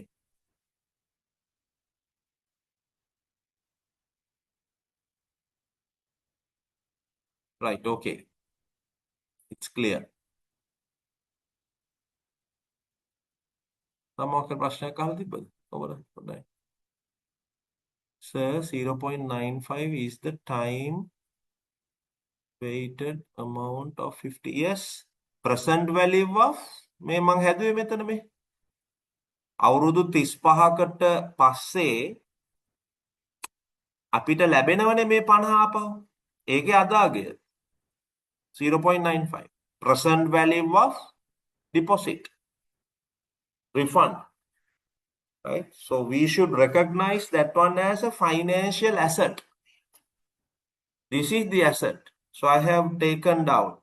I have opened another account for that. Financial asset at amortized cost. The interest and the principal, precise, no? So therefore we can apply amortized cost under SLFRS 9. Under SLFRS 9, there are 3 categories. Amortized cost, fair value through OCI, fair value through P&L. So out of those 3, most appropriate method for us to use to recognize or measure this particular financial asset is amortized cost. So therefore we should apply amortized cost for this financial asset, 0.95. On that. So we'll continue.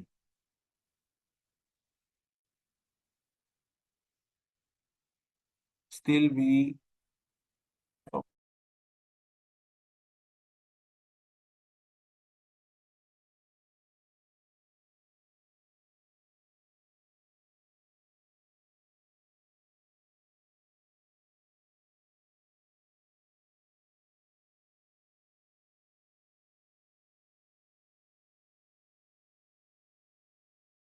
right. Okay. We were discussing question number 1, still part 1. Okay. So there was a message. Still, we not received mock exam paper. Please share.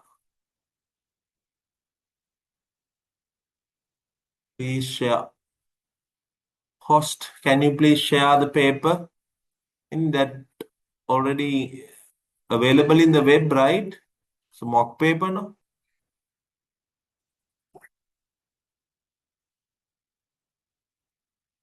Right, but there is no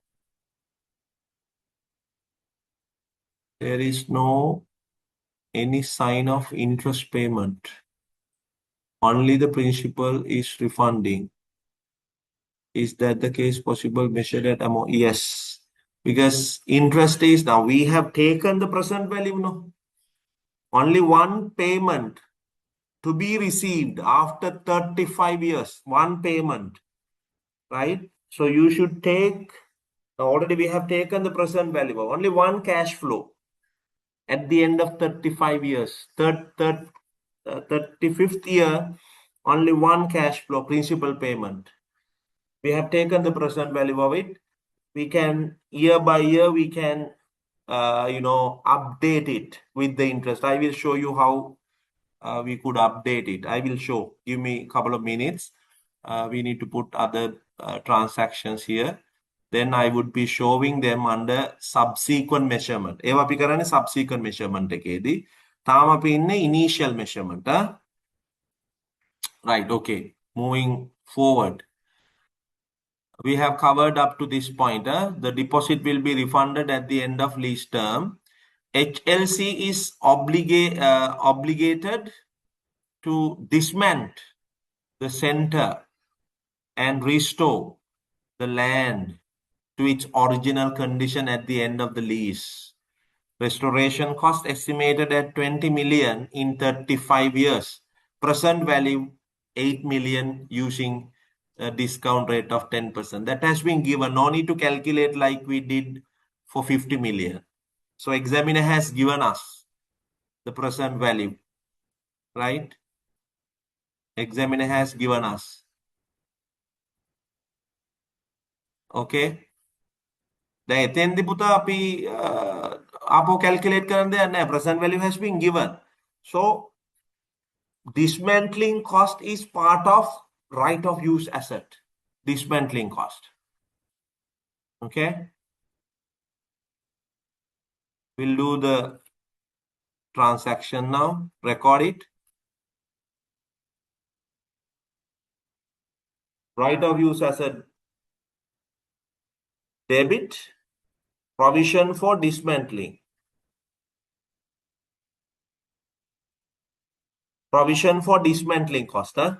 ඒ කියන්නේ ගලවා ඉවත් කිරීම, ඒ කියන්නේ පිරිසිදු කරන්න ගලවා ඉවත් කරන්න යන අපේක්ෂිත පිරිවැහි අදාගය 8 million. So you have to have another account. Provision. I will open here. Provision for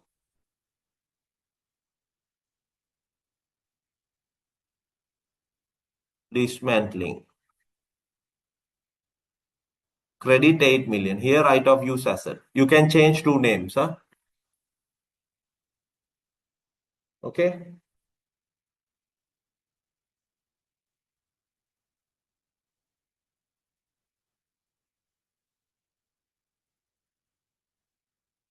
Okay. Now we have taken provision for dismantling. Yes, we have taken. HLC's incremental borrowing rate at the commencement is 12%. 12%.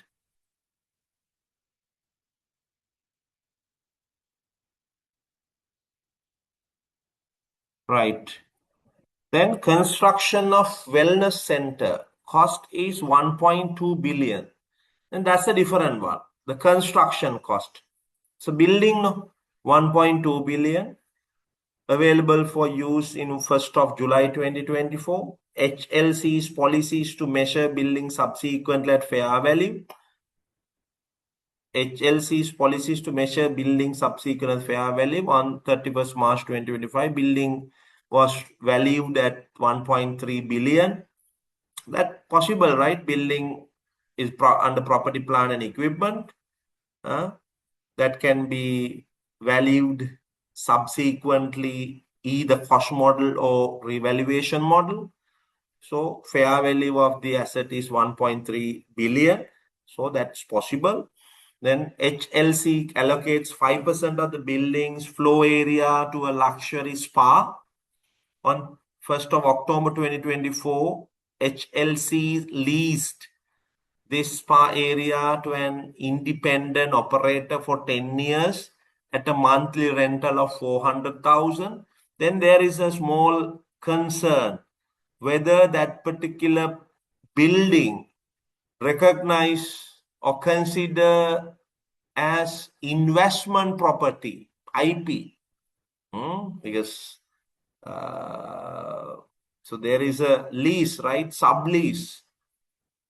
But compared to total building, only insignificant portion of space has been given under lease, right? So therefore, you can apply LKAS 40 knowledge.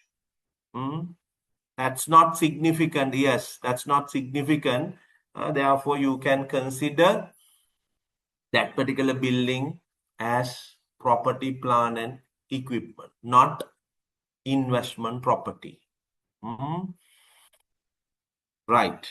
Then you need to consider how you should recognize this particular lease, whether finance lease or operating lease. There was a question, right? Already we have read. අපි මුලින්ම කියව අවශ්‍ය ටික. දැන් එතකොට ටට්ටක් ගාලා වදිනවා අපිට අවශ්‍ය වෙන ටික. So you can say this is an operating lease. This is an operating lease. Yes, correct. Operating lease. HLC can recognize this rental as income on systematic basis that can be charged to P&L. Right. Corporate income tax is 30% for tax purpose. Why this has been given? So there, part E, there is a question on deferred tax. So that's why these tax rates are given.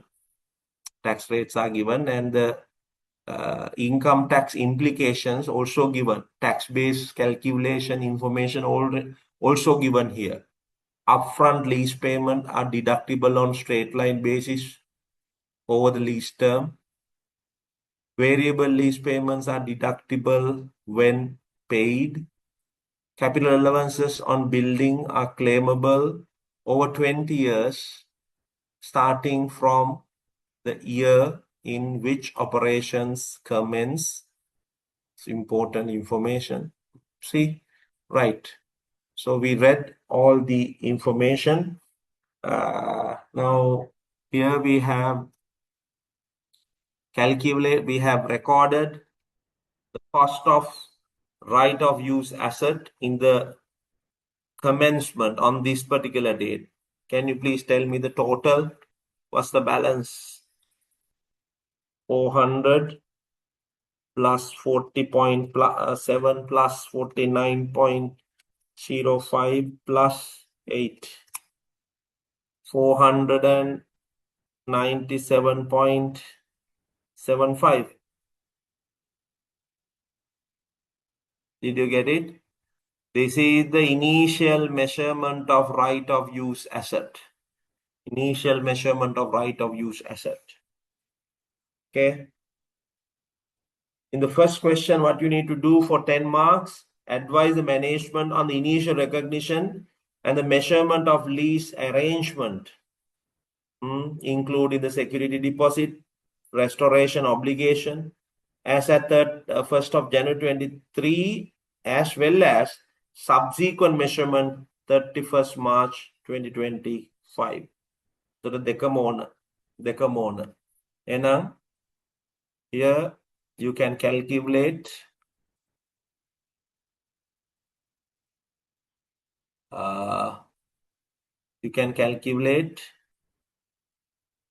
carrying value.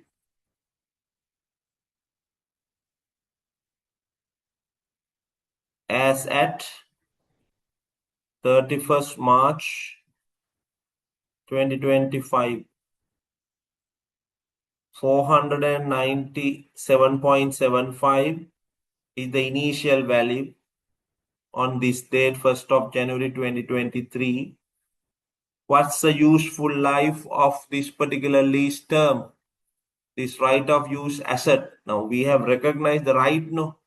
We recognize the right. We recognize the right. Okay, so this amount to be amortized over the period of 35 years. So you should divide by 35. When you divide by 35, you will get the amortization for year 1. Then you have to have 2 years and 3 months. 3 months means 1/4, no? 1/4, right? How much? So that's the total depreciation. So you can write it like this. You can write it like this, minus. So this is the original value. Then you need to deduct depreciation or amortization. Let's say depreciation, 497.75 divided by 35 multiplied by 2.25. Yes. How much?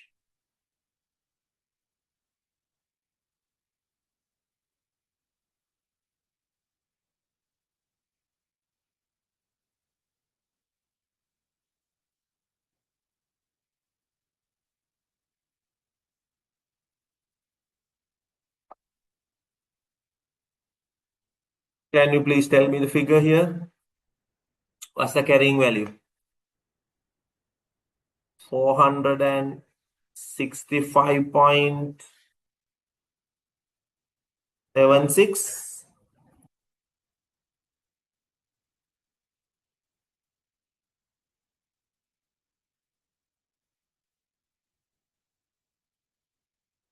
Did you get that answer?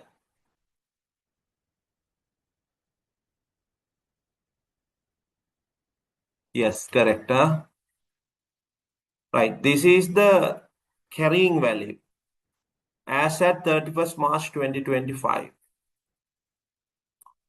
Okay. Now, what is the lease liability? Lease liability as at 31st March 2025. So we'll calculate it. Now, we have taken the present value. We have applied the discounting factor and calculated.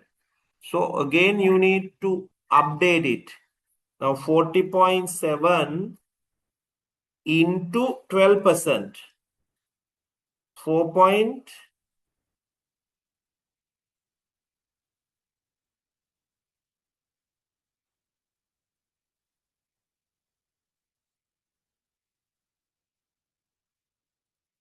What's the interest?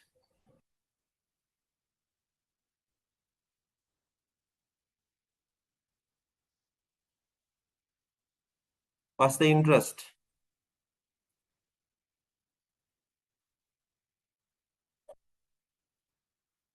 40 point,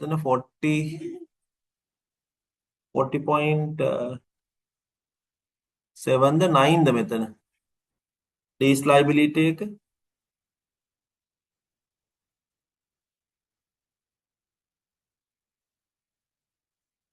What is the lease liability? 47 the 40.9 the.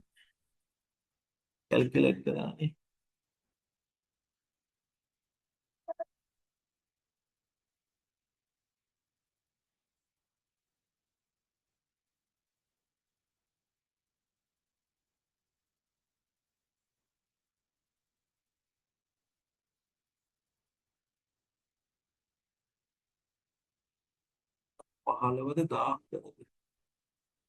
How many years? 15 years ne hari.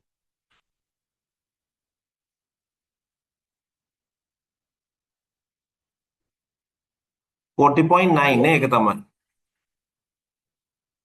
Calculation එක 40.9 It should be 40.9.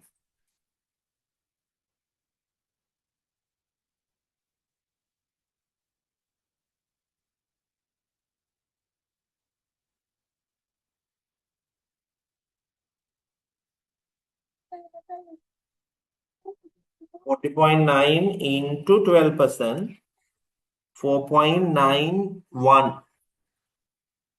4.91 is the interest. Then at the end of the year one, we will be paying 6 million installment cash. So you can calculate the balance. in the first year end. What's the first year end balance?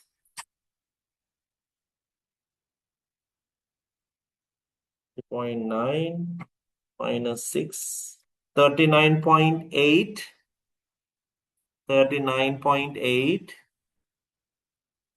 39.8 here.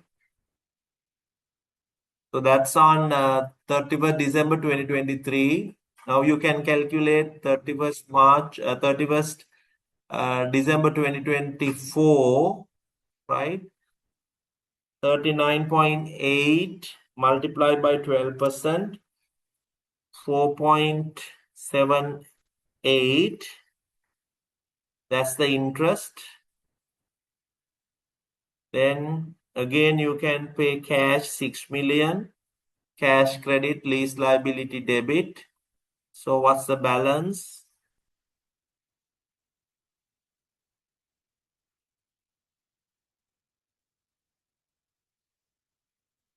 $38.58 here,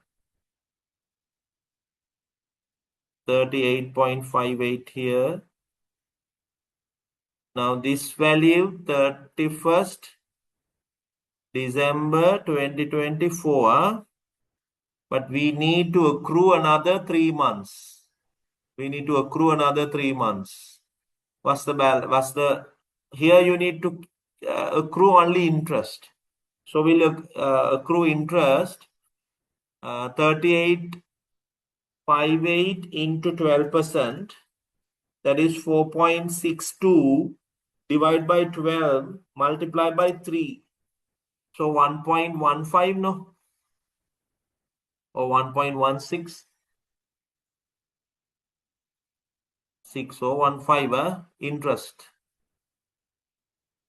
Now you can take the balance, because we cannot pay the installment yet because we have not arrived to the end of the third year.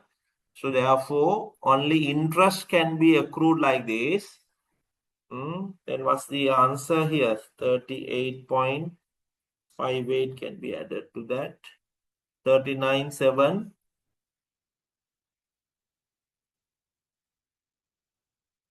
39.7.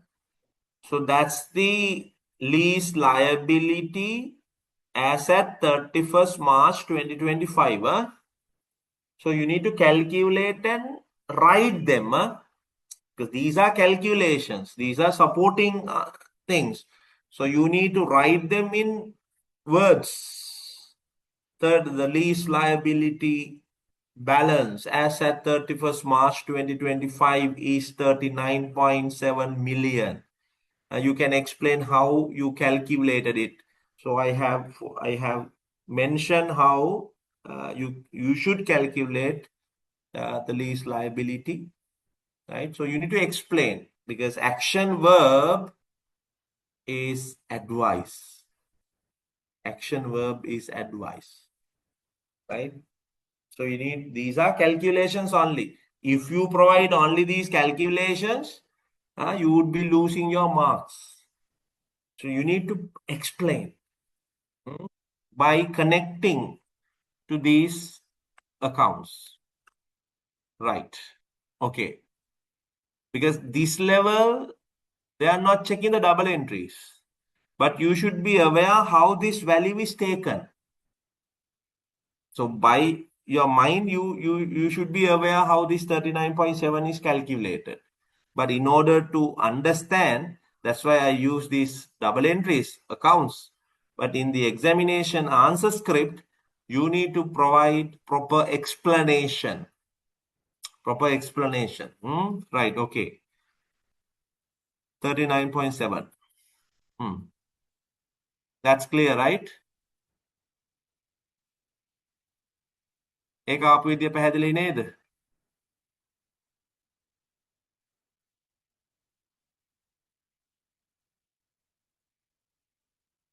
Yeah, right. Now, similarly, you need to update financial asset as well as provision for dismantling. Tagala figures tika දාගන්න පුතා 0.95 multiply by 12% අපි එකත් ගත්තේ. එකත් මේව කරගන්න. 0.114 interest income. Financial asset debit, interest income credit. Right? That's the first year. No any cash flow, only interest accrual. So 0.95 can be added. 1.064.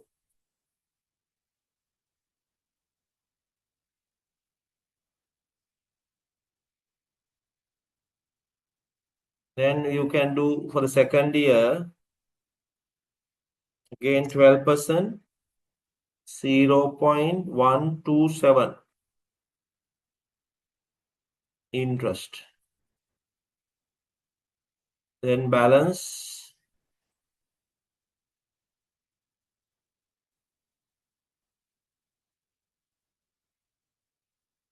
1.191. Now you need to accrue interest only for 3 months. Interest only for 3 months.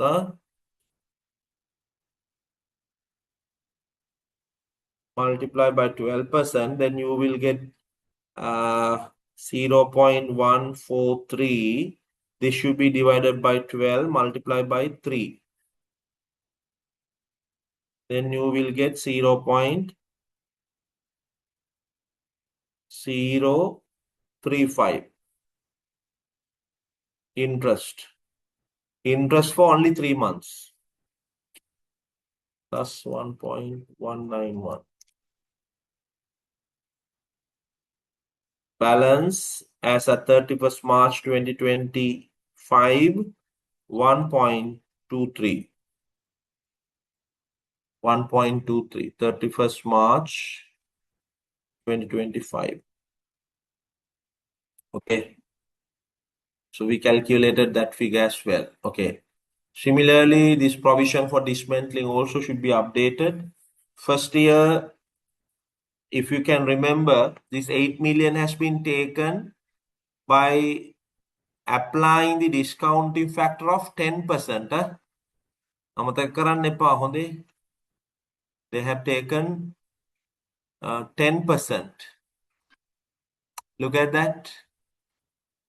Here, present value of 8 million using discounting rate of 10. So you should update by using 10. So here 0.8 interest. Here 8.8.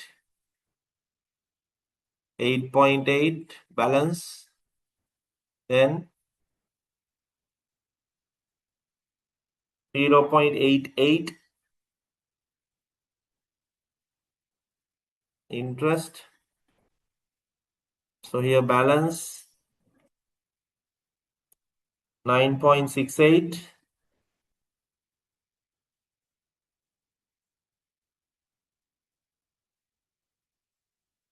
Balance 9.68. Here again you need to apply the same interest, but you should take only 3 months. 0.968 divided by 12 multiplied by 3. 0.24. 0.24. Now you can take the balance. 9.68 plus 0.24. You will get 9.92. So this is the balance. Right, okay. Done. So we calculated provision for dismantling as well.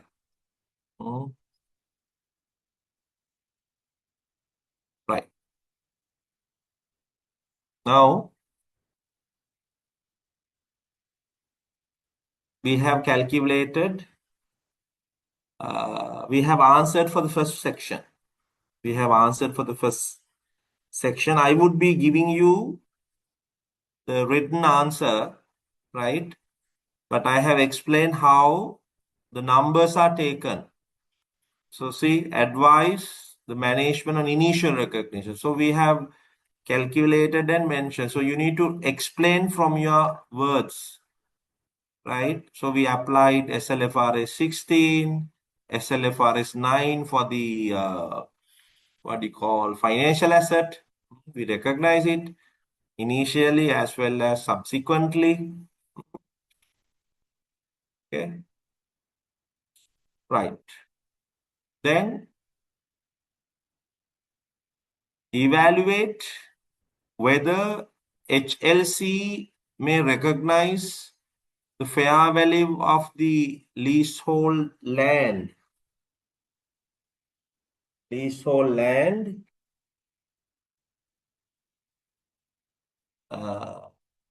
in its financial statements as at 31st March 2025. Consider the requirement of SLFR 16 and LKS 40 with regards to right of use asset and investment property. Right?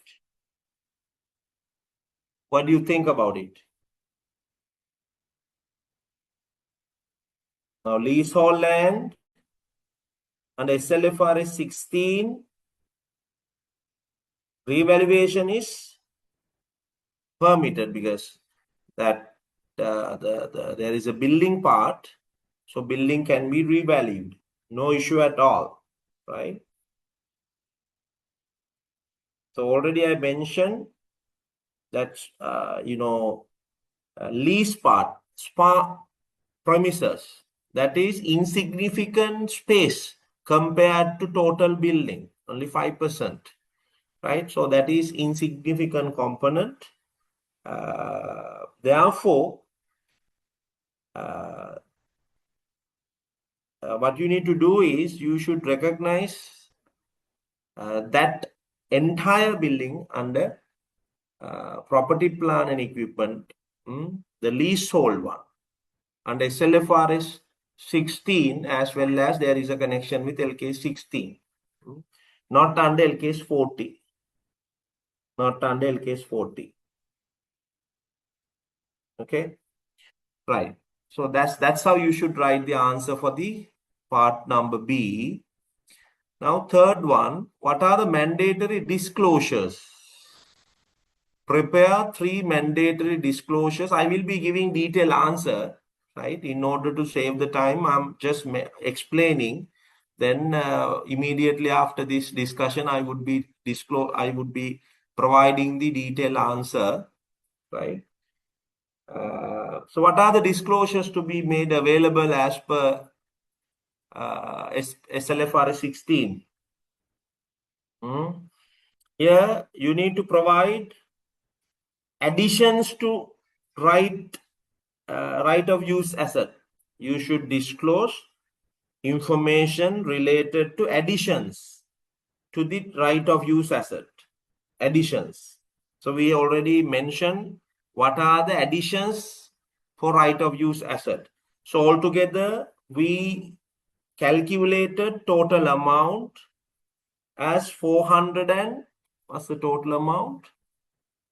497.75 million. 440.9, 49.05 and 8 million. Altogether 497.75. We have taken as the value. So we should disclose that amount at the commencement, right? And if there is any modification for this particular lease, yes, we should disclose them. So that's under number 1, additions to right of use asset. Second one, you should disclose, mandatory disclosure is interest expense on the lease liability. That is a must. Interest expense on the lease liability. Already we calculated the interest. Okay, I have shown you how interest should be calculated: 4.91, 4.78, 1.15 for 3 months, likewise. So you should disclose such interest. Then third mandatory disclosure is the total cash outflow for leases. Total cash outflow for leases.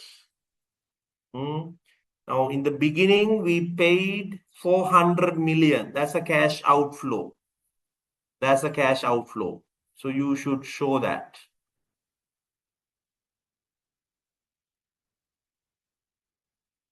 You should show that, right? Disclose.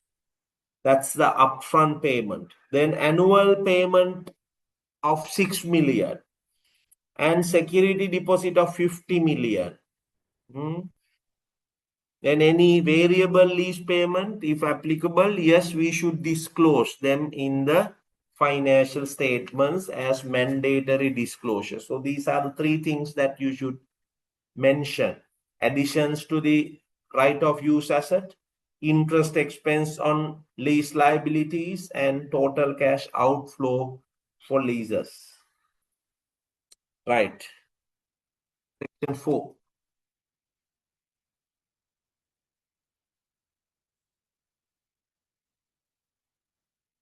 Advice on the accounting implication of the sublease. SPA area. Already I mentioned. Now this main company HLC can be identified as intermediate lessor. Intermediate lessor. That sublease cover for 10 years, right? 10 years. That's less than 1/3, right? The total amount is 35 years. No, total lease period is 35. This SPA has been given only for 10 years. So that's less than 1/3. So that's also kind of a point. It does not transfer substantially all the risk and rewards of the right of use asset. So therefore, in its HLC's perspective, this is an operating lease. This is an operating lease, right?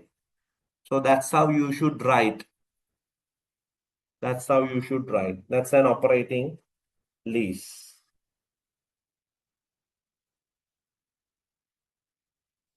Right. Then last one.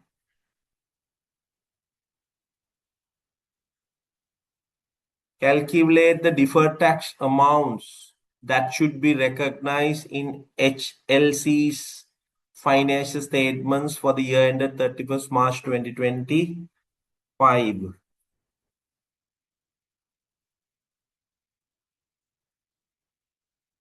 Yes, that you can earn 6 marks for that.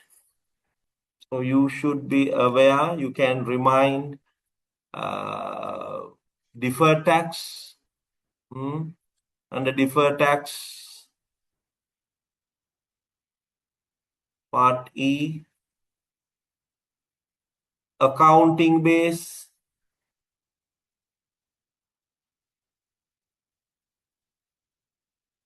tax base,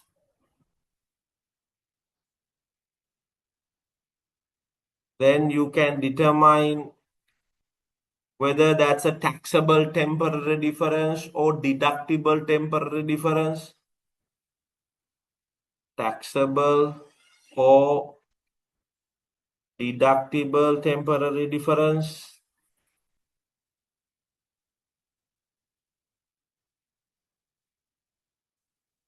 We'll take one by one.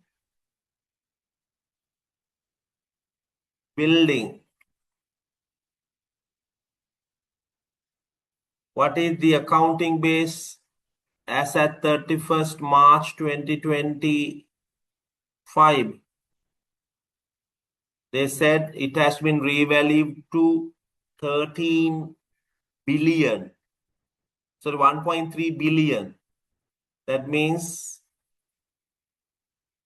1,300 million.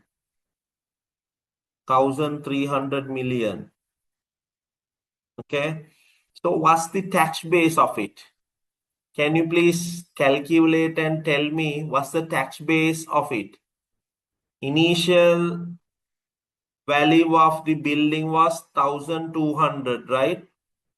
12 billion කියලා තිබ්බ නේද? Sorry, 1.2 billion තිබ්බ නේද එහෙම?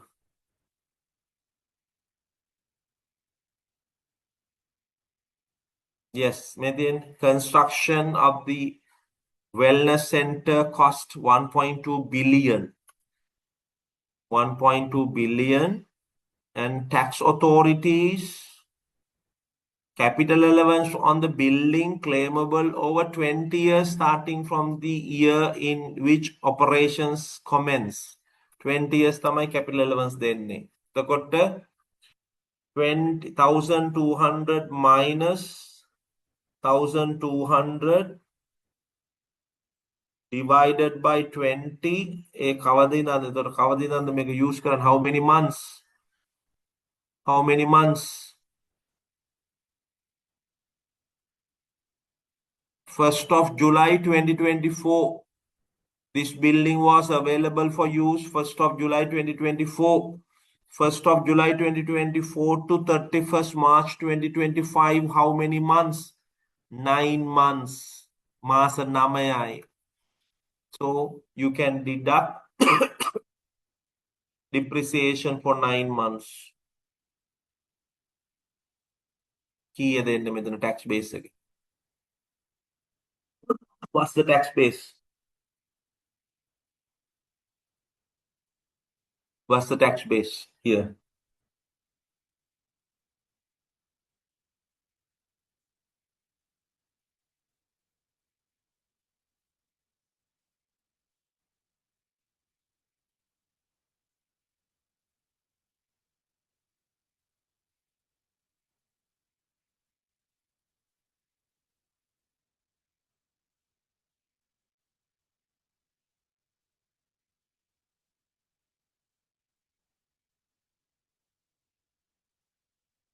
Yeah, කීයද එන්නේ?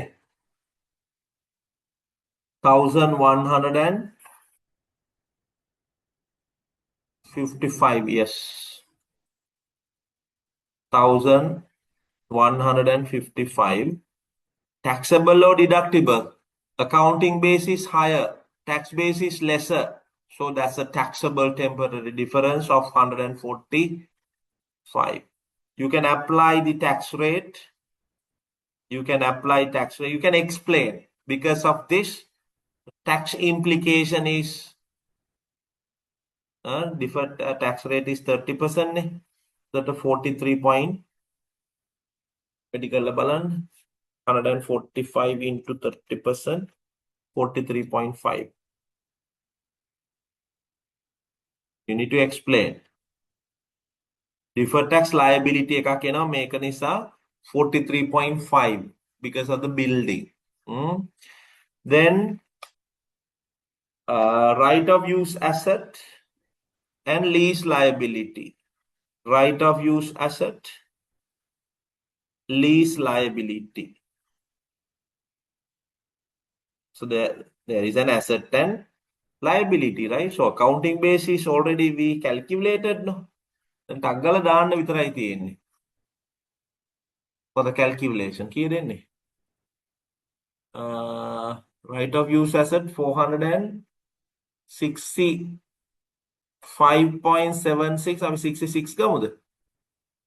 Right of use asset 466. We calculated. Then lease liability 39.7. So what's the tax base on that? Tax base is 0 because there is a tax consequences, no? So when we pay the amount, the tax benefits are getting. So therefore there is a tax consequences. Therefore tax base is 0.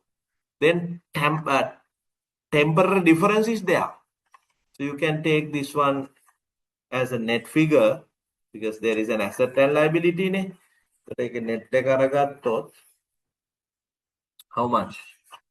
What's the net amount? 426.3. Right? So net asset is 426.3.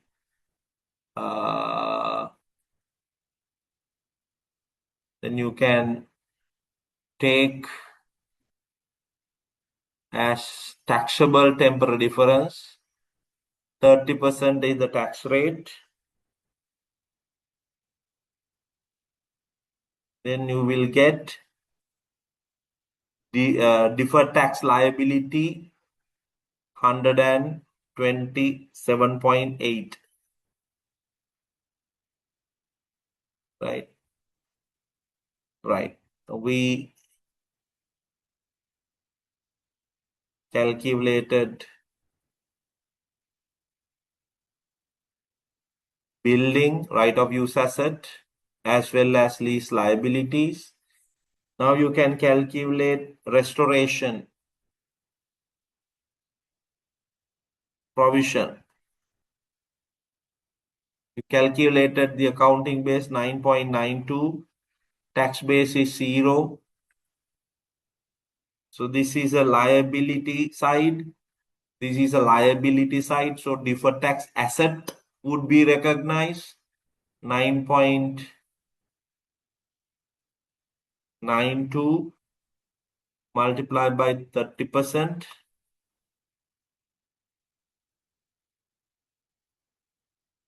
We will get 2.97 deferred tax asset. These are deferred tax liabilities.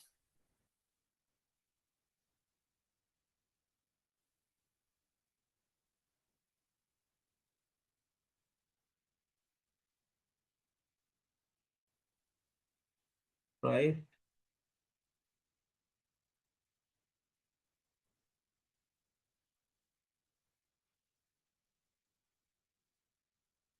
Then you can take the financial asset as well.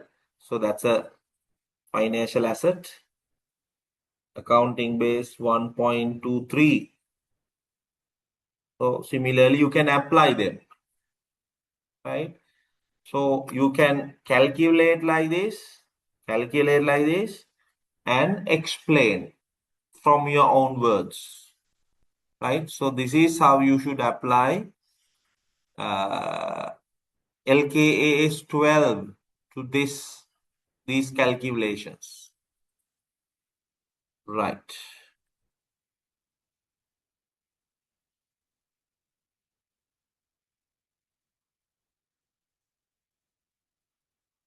Show your workings. Yes, we have shown the workings and mentioned.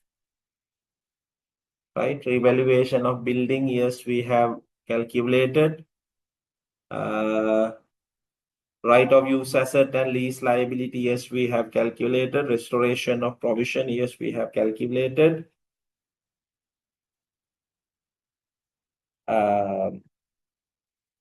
Then that's right of use. Financial asset, that's amount is insignificant, amount is small amount, but there is no material temporary difference. But if you wish, you can take it, but that is not material difference. Therefore, if you wish, you can disregard it. So all other things should be taken into consideration for the deferred tax calculations.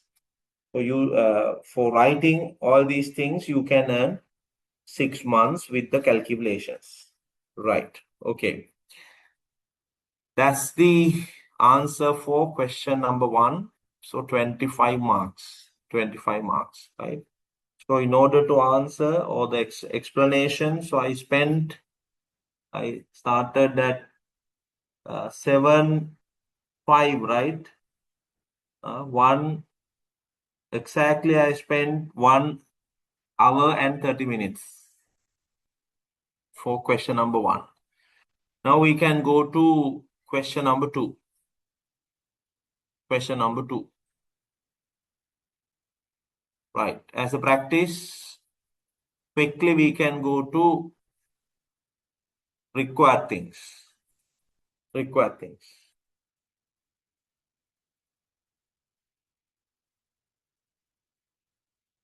Discuss the key considerations of Zenith should address when revisiting its expected credit loss measurement approach for trade receivables.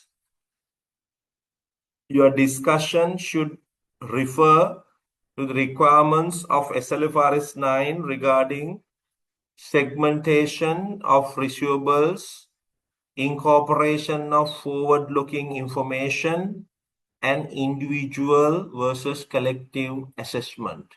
5 marks. Then second one, advise the management on the appropriate accounting treatment for the legal claims under Event 2 in accordance with LKS 37 provisions, contingent liabilities, and contingent assets. So action verb is advise. High order level action verb.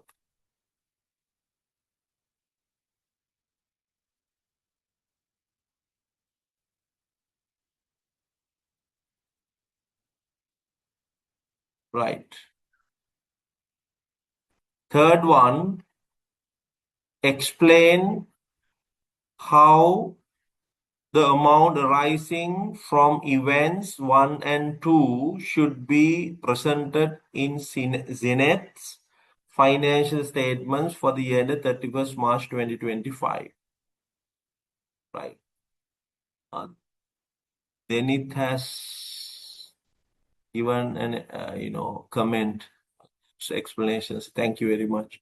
I said, I have taken 1 hour and 30 minutes, right? That's why you have mentioned but, right? It is a good explanation. Thank you very much. Okay. In order to explain, it will take some time. Right. For this question, straightforward, less calculation. So quickly we can finish it off. Yes. First, I would be giving you brief explanation on SLFRS 9 in terms of impairment. Impairment of financial assets should be done based on SLFRS 9. Right? SLFRS 9. The main standard for the impairment of assets is LKS 36. LKS 36, impairment. However, LKS 36 clearly mention financial asset impairment should be done based on SLFRS 9. It's clearly mentioned under the scope of LKS 36, right? When it comes to financial asset, there are 3 classifications of financial asset. Amortized cost, fair value through OCI, fair value through P&L, right? Now, amortized cost classification based on business model and contractual cash flow characteristics. Fair value through OCI also based on business model and contractual cash flow characteristics. Any financial asset, first you need to see whether you can classify it under amortized cost. If you are unable to classify that one under amortized cost, then you can see the possibility under fair value through OCI. Again, if you are not positioned to classify that one under fair value through OCI, then you can classify that one under fair value through P&L. Right? Now, I want to emphasize impairment. any financial asset classified under amortized cost subject to impairment. Subject to impairment, no doubt at all. But there is a small thing here. Financial assets classified under fair value through OCI, both business model and contractual cash flow characteristics are satisfied, then that should be subject to impairment.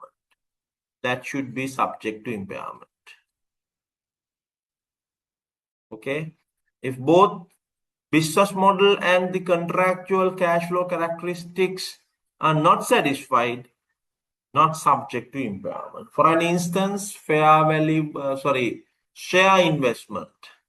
Share investment. So share investment, both business model and contractual cash flow characteristics are not satisfied.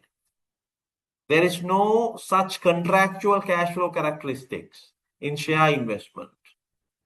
Right? Let's say you invested on shares of another company. There is no contractual cash flow characteristics. Right? There is no agreement. If director board approve, only you would be getting dividends. Otherwise, you would not be getting dividends. There is no contractual cash flow characteristics. Right? So, you know how it could be measured. Subsequently, initially, you should measure them fair value. Right? But this impairment is not applicable for such investments. Because anyway, we will be taking fair value adjustments, no? At the end of the period, you will be taking fair value, right? Okay. Now, in terms of impairment, there are two types of approaches. Simplified approach, simplified and general. Simplified approach is applied for trade receivables. Trade receivables is categorized under amortized cost, no? Trade receivables, lease receivables, contract assets. So those are under amortized cost. Simplified approach. Assets other than applied simplified approach, you should apply general approach. General approach, there are 3 stages. Stage 1, stage 2, stage 3. Stage 1 was the feature of stage 1. There is no significant deterioration of credit quality. There is no significant deterioration of credit quality. Only 12 months expected credit loss. Only 12 months expected credit loss should be taken. Now you are thinking, what is expected credit loss? Already you have learned. I'm just, reminding things that you have learned, right? Expected credit loss means shortfall of the cash flow. Meaning, now we are expecting to get cash flows as per the agreement. But in the actual scenario, due to some economic, social reasons, we would not be getting the same amount as we promised. Right? So there is a difference. That's called cash shortfall. You should take the present value of such shortfall. Right? So that's called expected credit loss. We need to consider, we need to consider entire life of the instrument. If that is 10 years, we should consider all 10 years. If that is 15 years, 50 years, 60 years, we need to consider entire period, lifetime. Okay. Then, in order to take 12 months expected credit loss, we should apply probability for the 12 months. First, you should calculate for entire period, that's a life. Then apply 12 months probability. That's for the stage number 1, because there in terms of risk, less risk. There is no significant deterioration of credit quality. Stage number 2 means there is significant deterioration of credit quality. There is significant deterioration of credit quality. Then you should upgrade it to lifetime expected credit loss, not 12 months. You should upgrade it to 12 lifetime. Stage number 3 means what do you call, there is objective evidence. There is objective evidence.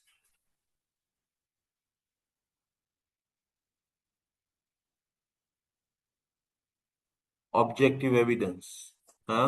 Maybe that customer, the court has given an order that debtor is bankrupted. So objective evidences are there.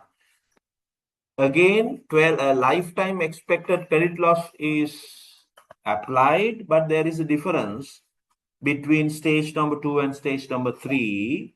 I hope you can understand these words.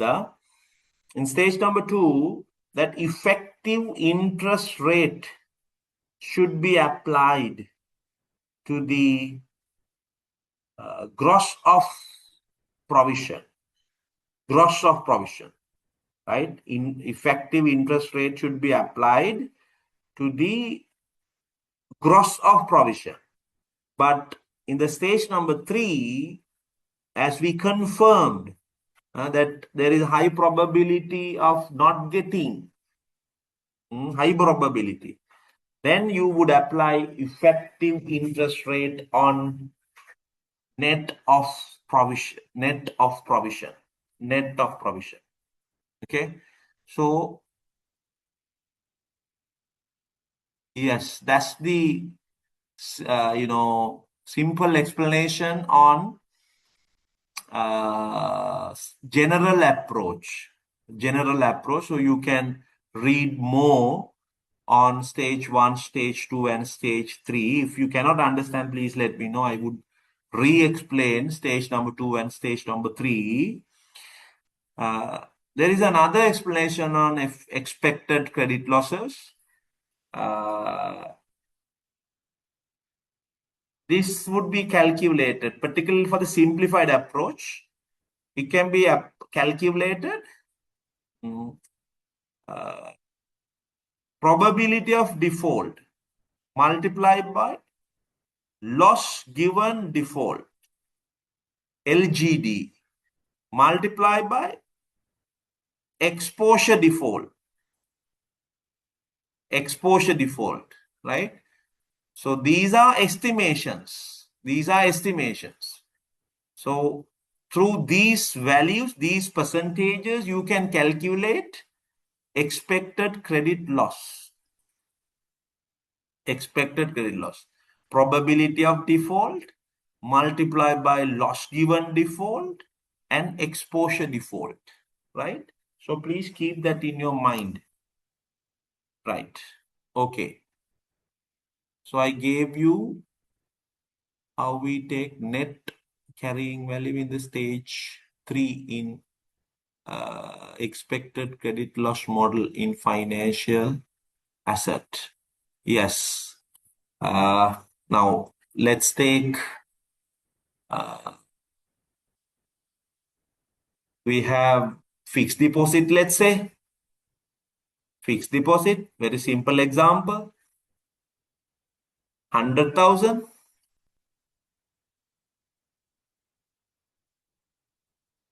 At the end of the year, we have 100,000 fixed deposit.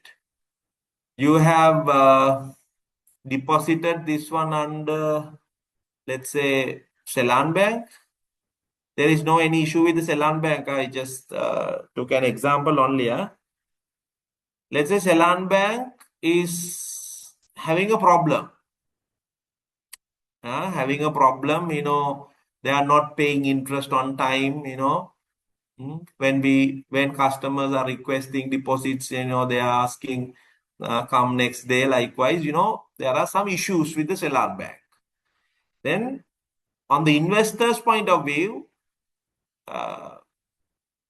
those are indicators for the impairment, right? Those are indicators for the impairment. Let's say we are in stage 3. Stage 3, objective evidences are there. Stage 3. Then definitely you have to have a provision. You have to have a provision. You are not in a position to recover entire 100,000. So let's say 20,000 is the expected credit loss. You charge to PNL and you credited the provision. You credited the provision, right? Now, what I was telling, now you need to apply effective interest rate, EIR, to calculate the interest income each and every year. I hope you are aware about it. EIR, effective interest rate. Through this, you should calculate the interest income each and every year. The may provision, if there is no provision, you would apply that particular rate. Then අපි ඉස්සෙල්ලා ඉඳන් කරේ ඔය 12% එහෙම apply කරේ. 100,000 into 12%. 12,000ක interest income එක ගහනවා. Interest income credit, fixed deposit debit. Right? But in this case, if there is a provision and if you are in stage number 3, you should take net of provision. 80,000ට තමයි පුතා ගහන්න වෙන්නේ. Effective interest rate එක හදා ගන්න වෙනවා. 80,000ට ගහන්න වෙනවා. That's what I said. Is that clear now? Is that clear? That's what I was explaining. Net of provision. You should apply EIR on net of provision. Is that clear? KGD Viraj. Viraj has asked that particular question.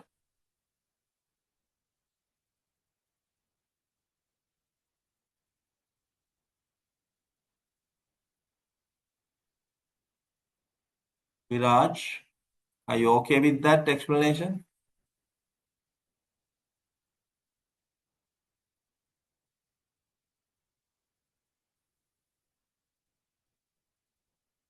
Right, yes, okay. Right, nice. Now, with that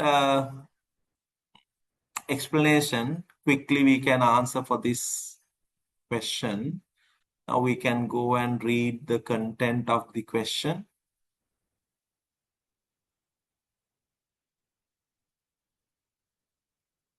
Part A. Zenith Solutions is a diversified listed group operating in retail, manufacturing, and digital services sectors. The group's consolidated financial statements are prepared in accordance with SLFRSs for the year ended 31st March 2025. During the year, following events occurred. Event 1, trade receivables and expected credit losses.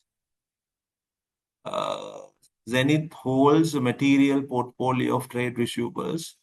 Historically, credit losses were minimal, but during the current year, group encountered several pressures. A contraction in consumer spending has caused the retail division to experience rising defaults on installment plans. So there is a risk, right? The manufacturing division faces delays in payments from overseas distributors due to currency restrictions. There is another risk. The digital service division services startup clients in the technology sector. Several receivables are now over 150 days past due following recent investor failures. 150 due, 150 means more than 4 to 5 months delay. Then, we need to consider about those, expected credit loss rates, default rates, probability of default, exposure default. So we need to reconsider about those estimations if there are such issues happens. right? Zenith currently applies the simplified approach under SLFRS 9 to measure lifetime ECL on trade receivables. Now I connected them with the overall explanation. This is trade receivable, simplified approach is more applicable. Management is reviving its approach on its considering further segmentation of receivables into homogeneous risk groups, incorporation of forward-looking macroeconomic factors such as GDP growth and inflation, and individual assessment of receivable in significant financial difficulty, right? So they are now rethinking about the impairment.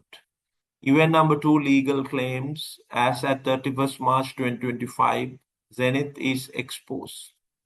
Following legal claims, manufacturing division, a product recall has led to a breach of contract claim by a customer.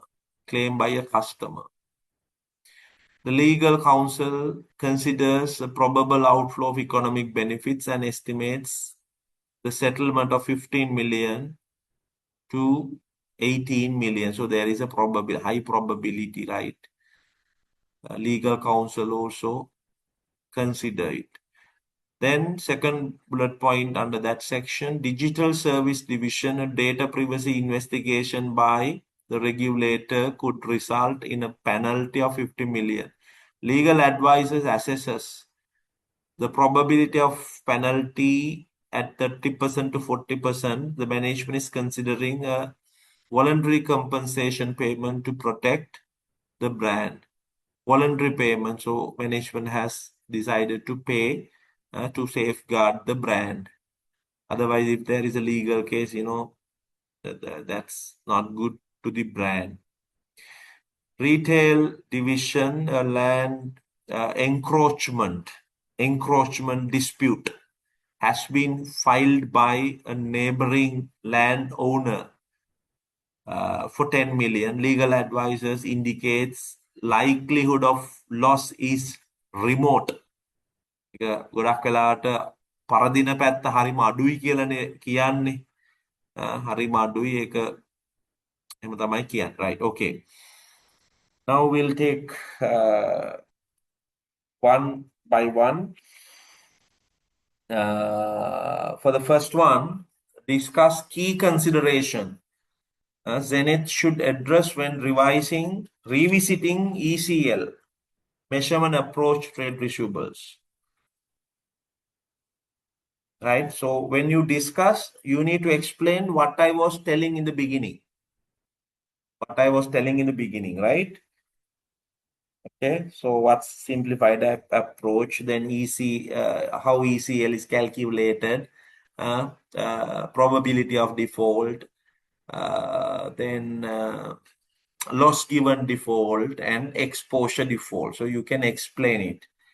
Okay, then you can say segmentation of receivables.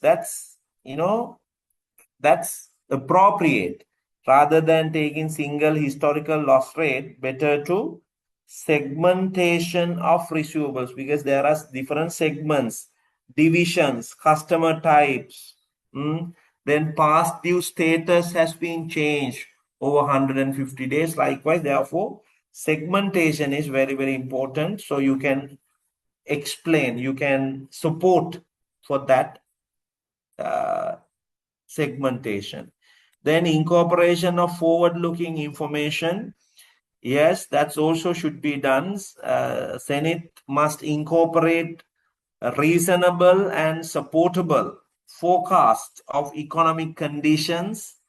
For an instance, GDP, growth, inflation, industry-specific trends should be taken into consideration, right? On them, this organization should consider forward-looking information to estimate the impairment. Then, in addition to that, they should discuss assessment of significant increase in credit risk. Increase in credit risk, right? So already you are aware the number of days increase, right?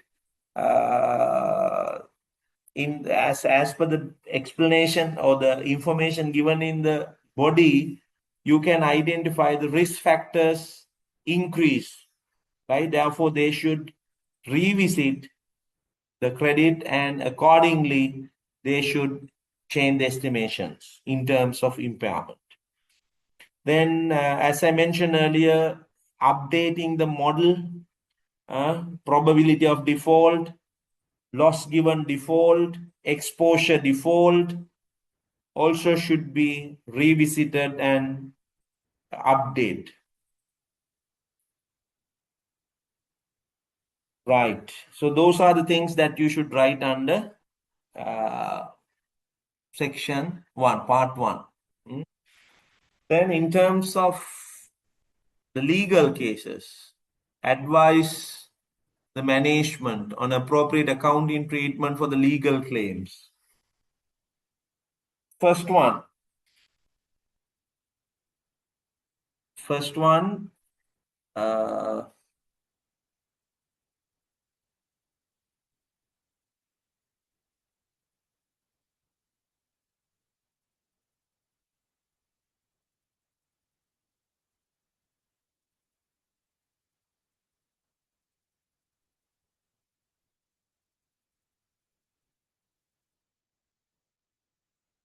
what is the first one?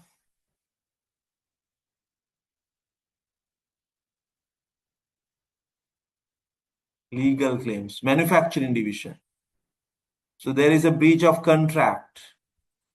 There is, as I mentioned earlier, there should be a provision of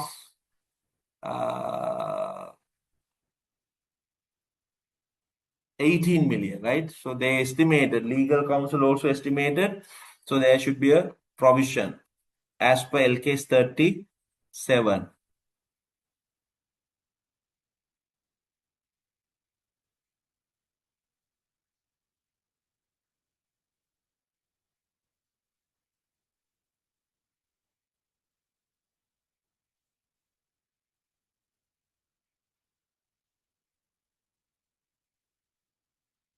The next one also, as they would be paying it to the digital service, the data privacy investigation. So regulator, so there is a penalty, no? There is a penalty, but probability of losing the case is high, even though that is high, management decided to pay it. So therefore, so better to provide as there is a cash outflow. So appropriate amount can be provided for that. Last one, contingent liabilities there as per case 37. Right? There is no entries required. No entries required as this is a contingent liability. If that is material only, we do disclosure. Right? Yes. So those are the answers for part 1, 2, and 3. Right. Now we can go to next. Part B already discussed by Indunil sir. Right? So this is auditing aspect. So question number 1 and 2 already done. Now last section, this question is based on pre-scene. Question number 3, right? Now what's the time? Shall we take small break? Shall we take small break before discussing this question? In order to discuss this one, it will take, I would be briefing, I would be explaining how you should identify the answer. get the answer, right? After that, I will be sharing full written answer for this question. So already I have prepared the answer, right? So we set the paper. When we set the paper, we organize the answer as well. So I'm keeping the answer with me. So once I discuss this one, I would be sharing the answer as well, right? So detailed answer is there, but we need to explain the logic behind this question, right? That's what we want to do. So within 45 minutes, I can do it. But in order to refresh, sometimes you are hungry, you are here from 6, right? So you are tired. So we'll take small break. Small take break. Then after 15 minutes, we can continue. Is that okay? Dinner break. Is that okay? Can you please just tell? All right, okay. Okay, we'll take 10 to 15 minutes break. Huh? Now, what's the time? Time is 9:06. We'll try to start at 9:20. 9:20. We'll come back 9:20. Uh, then we can continue part question number 3. We can discuss question number 3. Okay, take a small break now.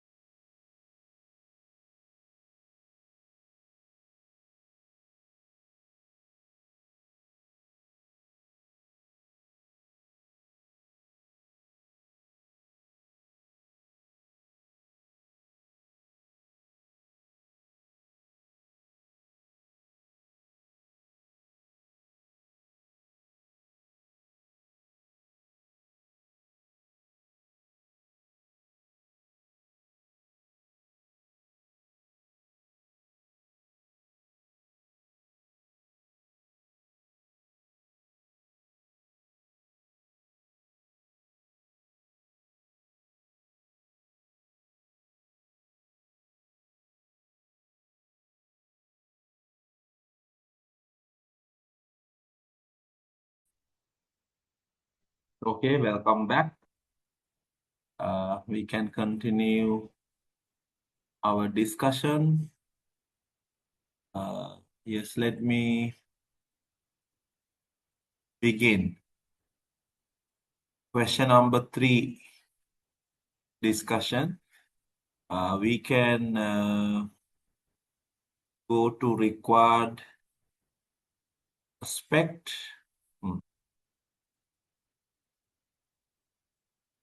Right. So financial reporting part is part 1. I hope Indonesia has discussed part 2, right? Part 2 was developed by Indonesia.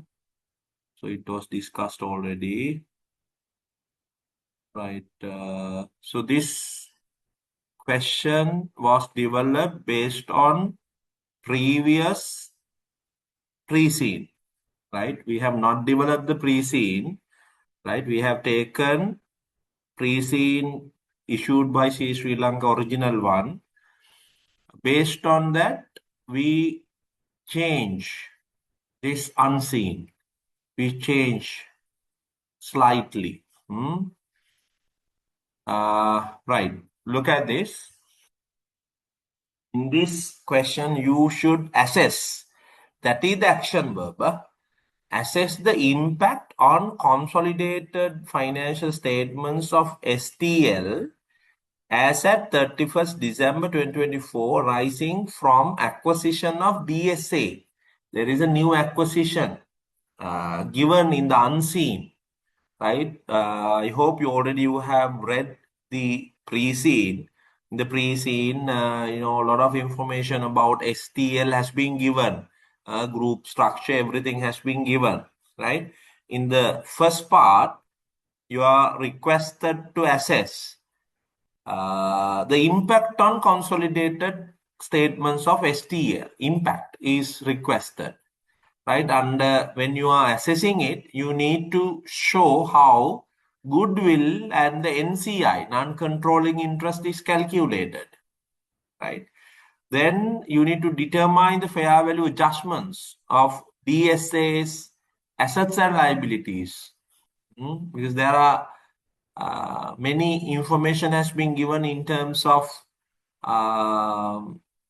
net asset calculation at the date of acquisition.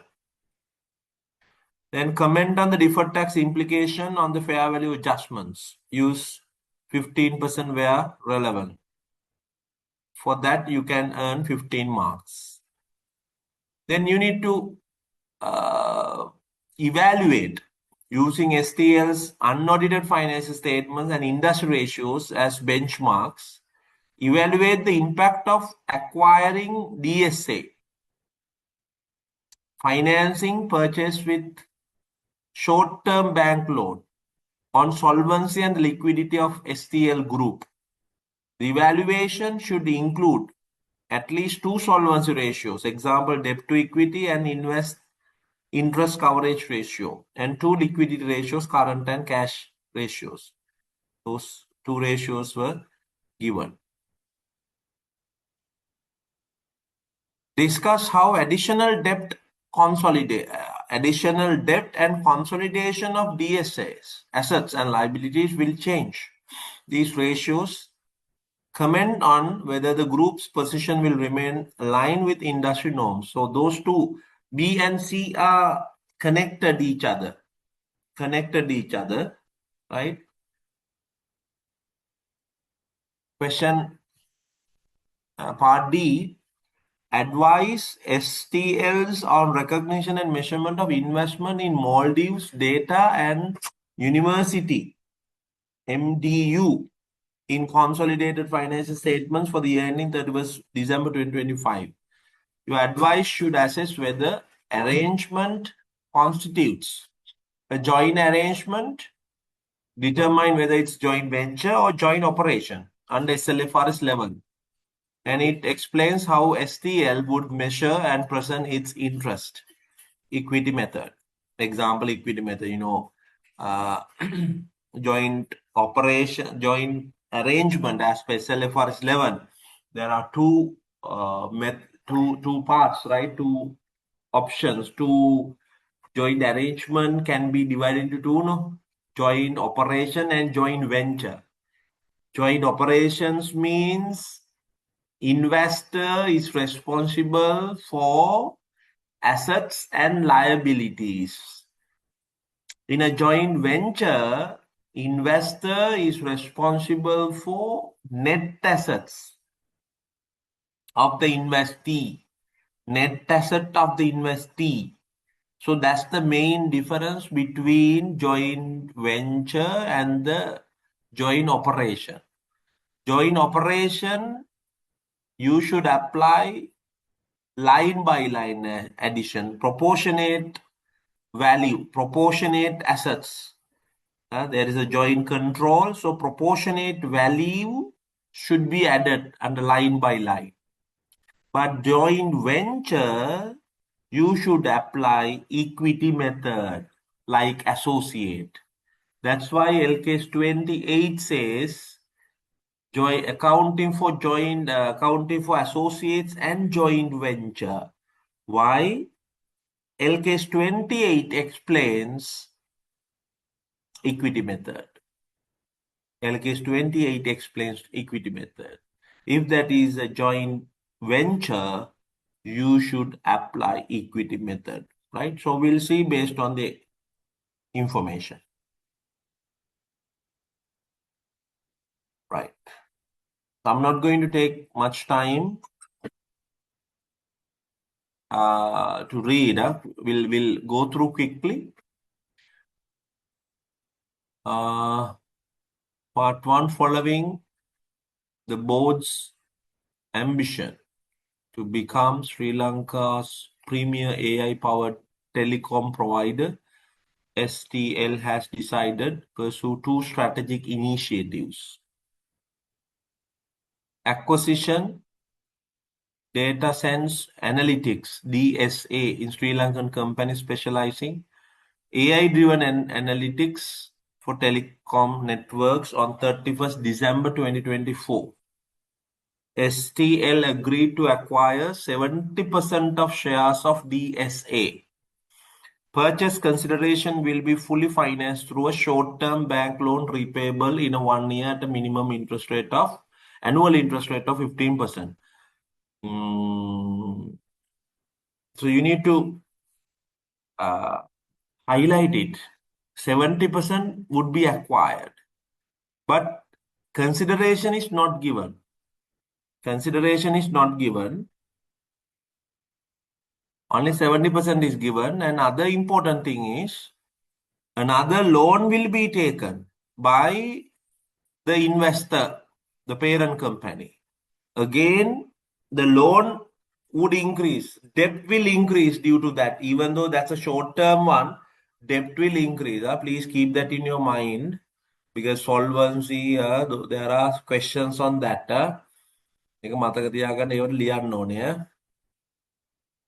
Right. But investment amount has not been given here. 70% would be acquired. So NCI is 30% as a percentage. Internally developed AI algorithm. DSA has not recognized internally developed AI algorithm as an intangible asset. The fair value of the algorithm at the acquisition date 50 million, and it is expected to generate benefits for 5 years. Do you need to consider that one for what do you call goodwill calculation? Yes, you should consider about it, right? When it comes to cost of control,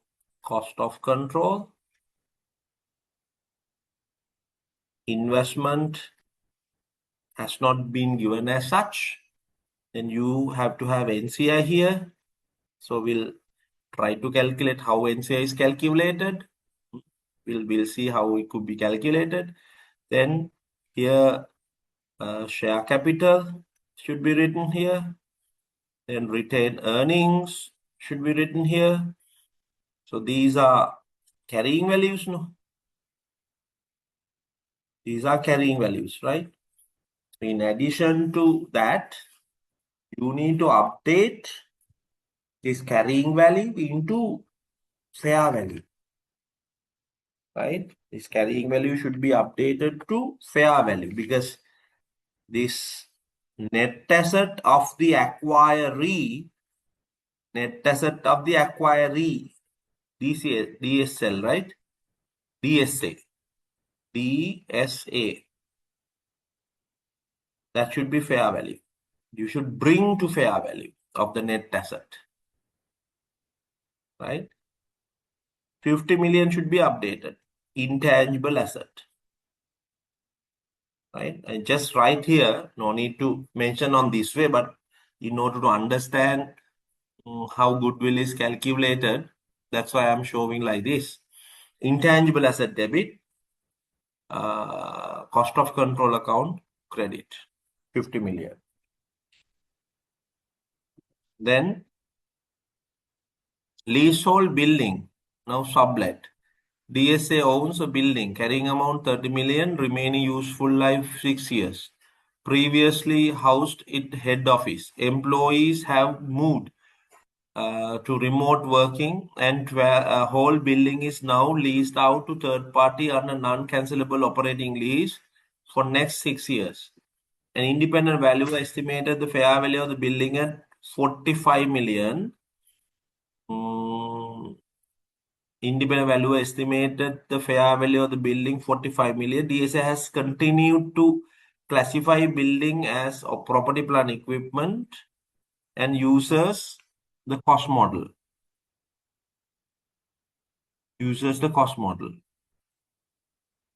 Fair value of the building 45 million. But the carrying amount 30 million. So what's the difference? So you need to adjust this. How much that you should adjust from this particular explanation, how much that you should take into consideration to calculate goodwill?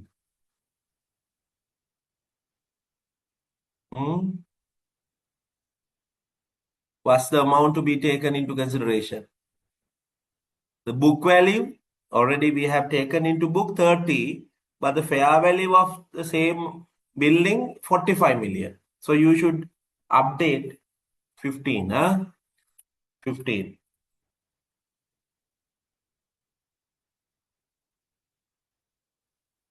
PPA or IP. That asset debit, cost of control credit 15. Then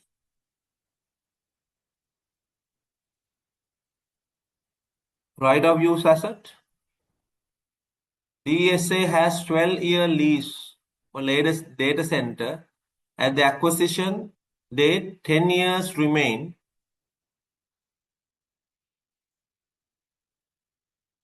The carrying amount of right of use asset is 15 million and the corresponding lease liability 14 million. The fair value of the right of use asset, the acquisition date 20 million. 20 million. So you can see, already you are aware, assets, liability should be recognized at the date of acquisition at fair value. Now, book value of right of use asset is 15. Fair value of it is 20 million. So difference is 5 million. So you should take into consideration 5 million right of use asset. Right of use.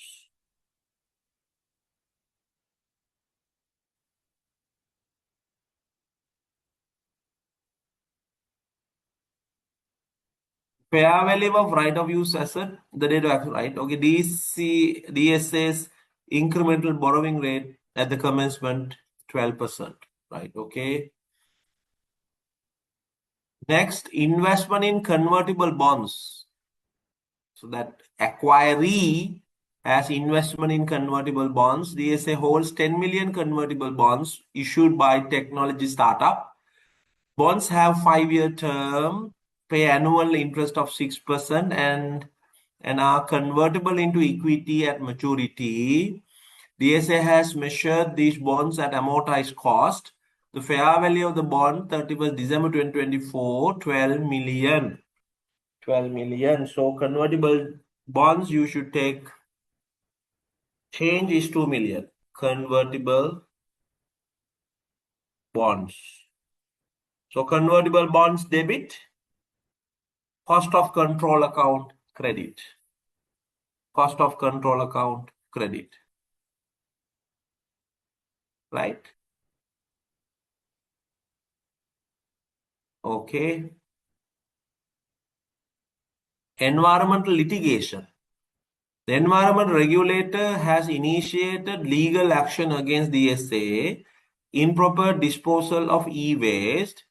Lawyers advise that there is 60% probability of DSA will require to pay 8 million in compensation. No provision has been provided in the investees book, right? So you need to take that one into consideration when it comes to goodwill or bargaining purchase calculation, gain on bargaining purchase, right? So 8 million, right? 8 million to be taken. So what's the double entry? What's the double entry? Provision credit, cost of control debit. Environmental provision, right?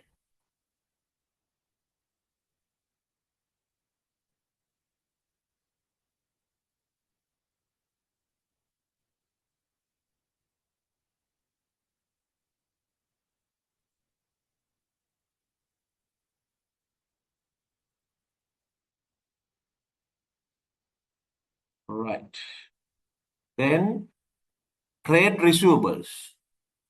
DSA trade receivables of 5 million include amounts from customer experiencing financial difficulties. Expected credit losses are estimated 1 million. So there is expected credit loss of 1 million. So what you need to do? You need to adjust at the date of acquisition. There is an impact on goodwill as well, right? So what you need to do is debtor credit or receivable account credit, cost of control account debit. Here debtor. Right.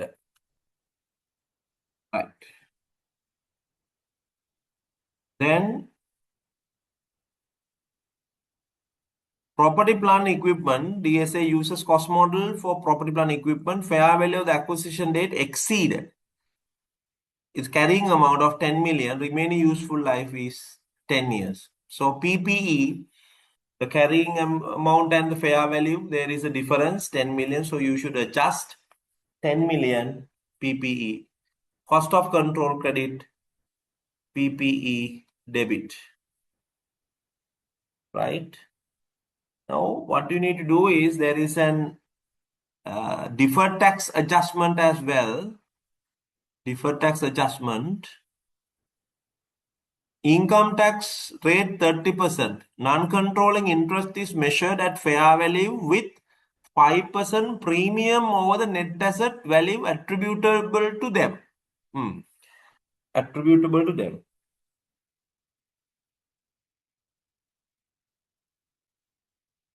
Okay. Now, tell me how you should calculate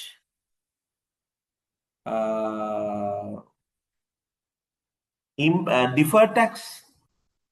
Now, deferred tax is also part of asset or liability. No, deferred tax asset or deferred tax liability. Tax rate is given as 30%. Tax rate is given as 30%. Okay. Now here you are given environmental provision 8 million, debtor deduction 1 million. So due to them, deductible temporary difference would arise, right? Deductible temporary difference. 9 into 30%. How much? 2.7. So there is a deferred tax asset. Due to that, deferred tax asset would arise. 2.7 deferred tax asset.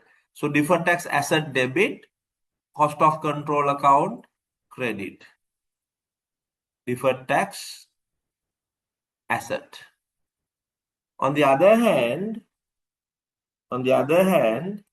you should take deferred tax liability component as well. How much? 50 increase, 15, 5, 2, and 10, right?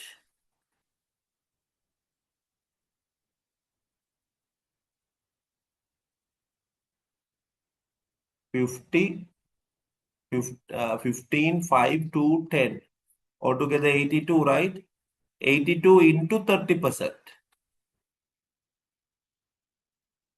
24.6. So what's the double entry? So due to this, enhancement of value of the assets, taxable temporary difference will arise. Taxable temporary difference.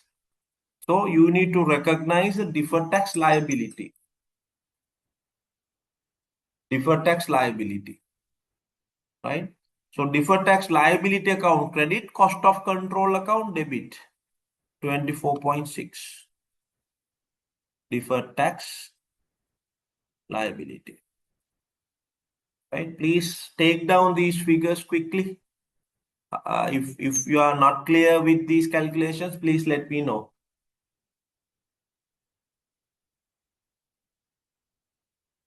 So as a figure, you cannot calculate the goodwill or gain on bargaining purchase because you are not given full information.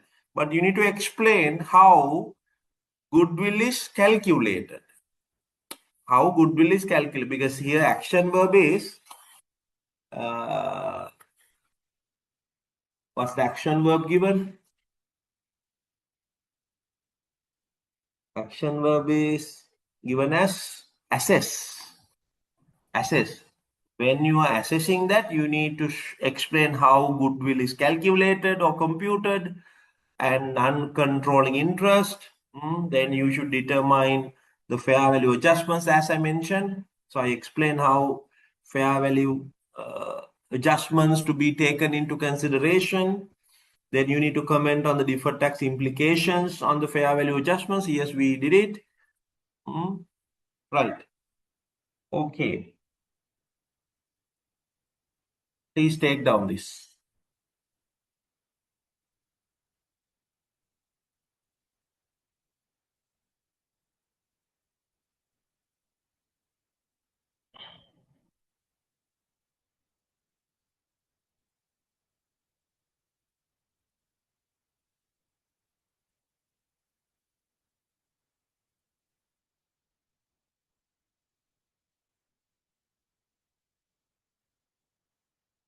Right.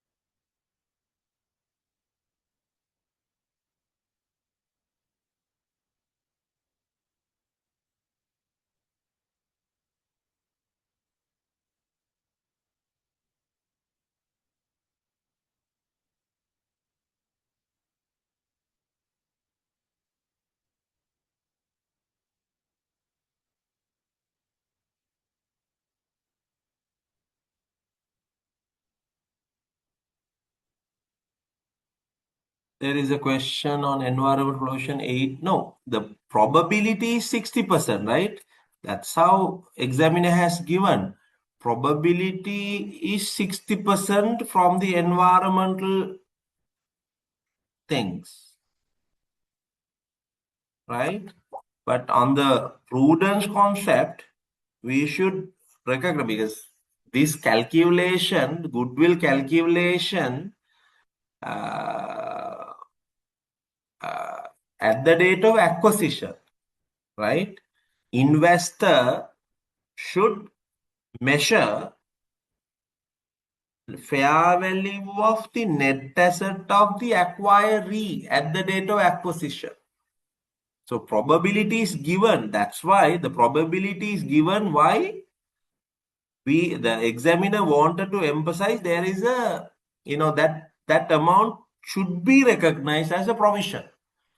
Let's say that the examiner is mentioning only 10% of probability, then that it more towards on contingent liability, not a provision. That's why that particular rate is given, right? On the other hand, the percentage has been given and the fair value of the amount is given, 8 million. So we should recognize that 8 million. Better to recognize 8 million.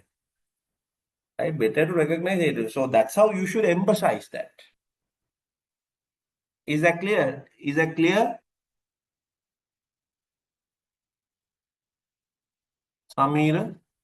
Samira. Oh, Samira. Yes. Okay.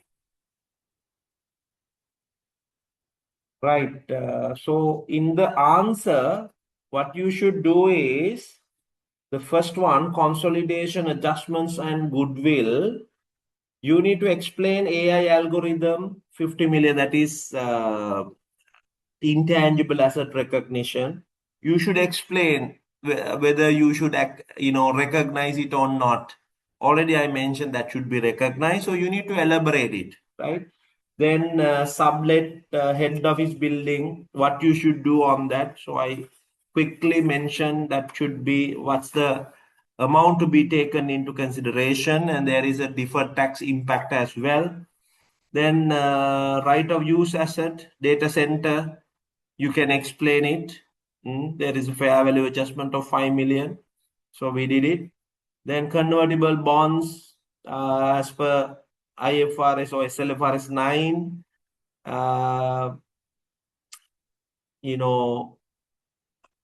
The solely payments of principal and interest, that's contractual cash flow characteristic test. So you can explain about convertible bonds. Then there is fair value change. Fair value change. So we have taken that fair value change to the cost of control account. So we wrote it. And environmental litigation, yes, 8 million should be taken into consideration. Due to that, deferred tax asset also should be recognized. Then trade receivables, we have adjusted 1 million. You can write it. You can write it. Because of that 1 million, the cost of control account will be debited. Due to that, goodwill will be decreased. Goodwill will be decreased due to that, right? So that's how you should. That's how you should write. Then property, plant, equipment, there is a fair value change of 10 million. Fair value change of 10 million. So you can write it. Then deferred tax on fair value adjustments. Already I have calculated deferred tax on all adjustments. So that need to be elaborated in your answer script, right? Elaborated. So I will be providing answer, then you can see the detailed answer. Right, then I should discuss about the non-controlling interest, how you should calculate the non-controlling interest. You should elaborate it. You should elaborate it. Non-controlling interest. NCI. So NCI is now the parent acquired 70% of subsidiary. Okay. let's say, now in this question, you are not given the equity. You are not given the share capital and the retained earnings of the acquire or the subsidiary. Right? You are not given. Therefore, we can assume that the fair value of the net asset as X. Let's say fair value of net asset as X. Right? So what is NCI then? NCI equals X into 30%. X is into 30% because acquired 70%, so 30% here. In addition to that, there is a additional amount 5%. Look at that how it has been mentioned. NCI calculation.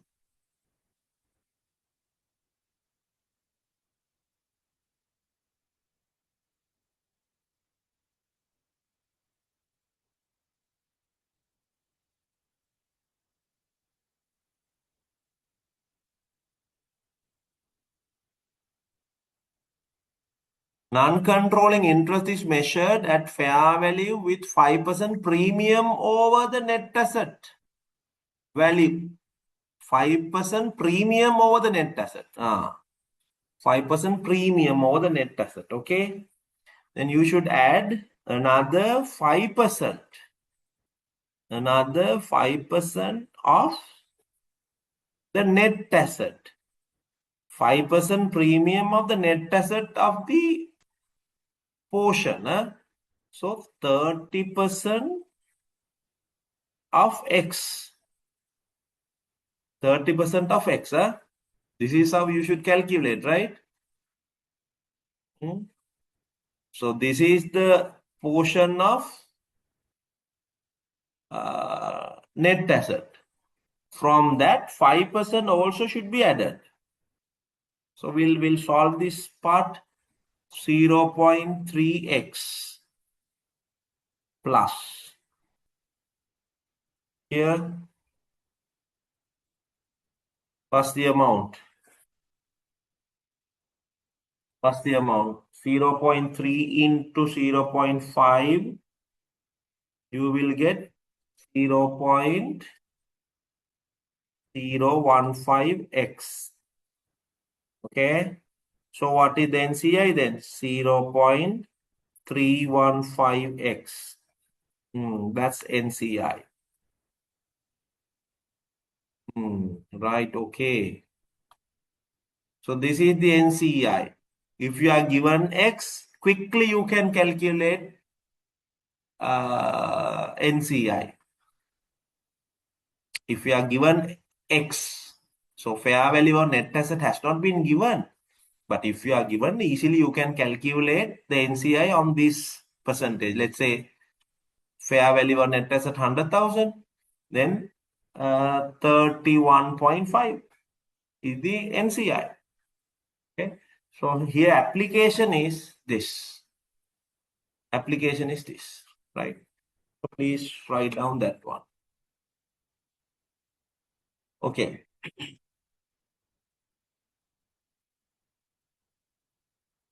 Right. So with that, we can say we have touched upon part A, assess the impact on consolidated financial statements on these 15 marks. Now we can take part B and part C as a common question. Part B and part C quickly. Here what you need to do is, in the pre-scene, you are given consolidated financial statements. Consolidated financial statements of the parent company, STL. Right?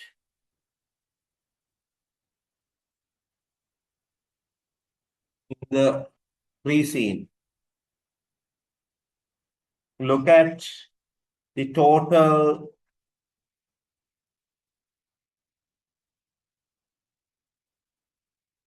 assets.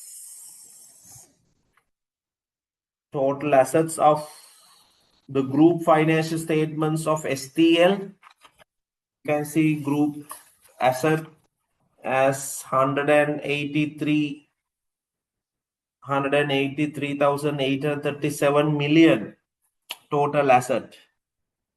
Then total liabilities 132,353.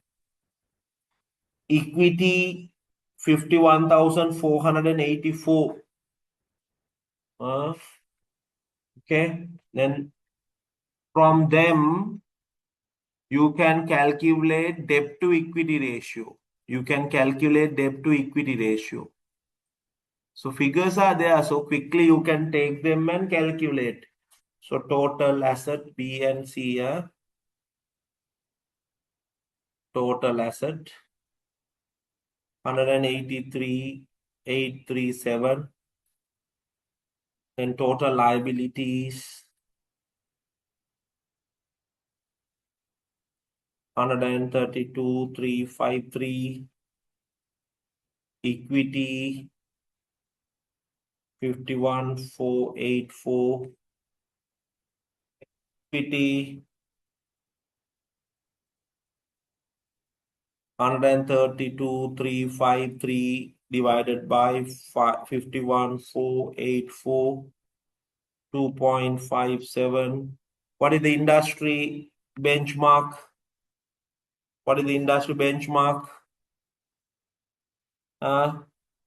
You can go through the readings and see 1.4, right? Industry says 1.4. Here debt to equity is 2.57. That's not good, Not good. Okay. Then again, with for the acquisition of new subsidiary, again they would be taking short-term loan. And again, what would happen? This debt to equity would increase. So again, bad impact on the group. Because this investment finance through short-term loan. In the beginning, I emphasized that. Okay. Right.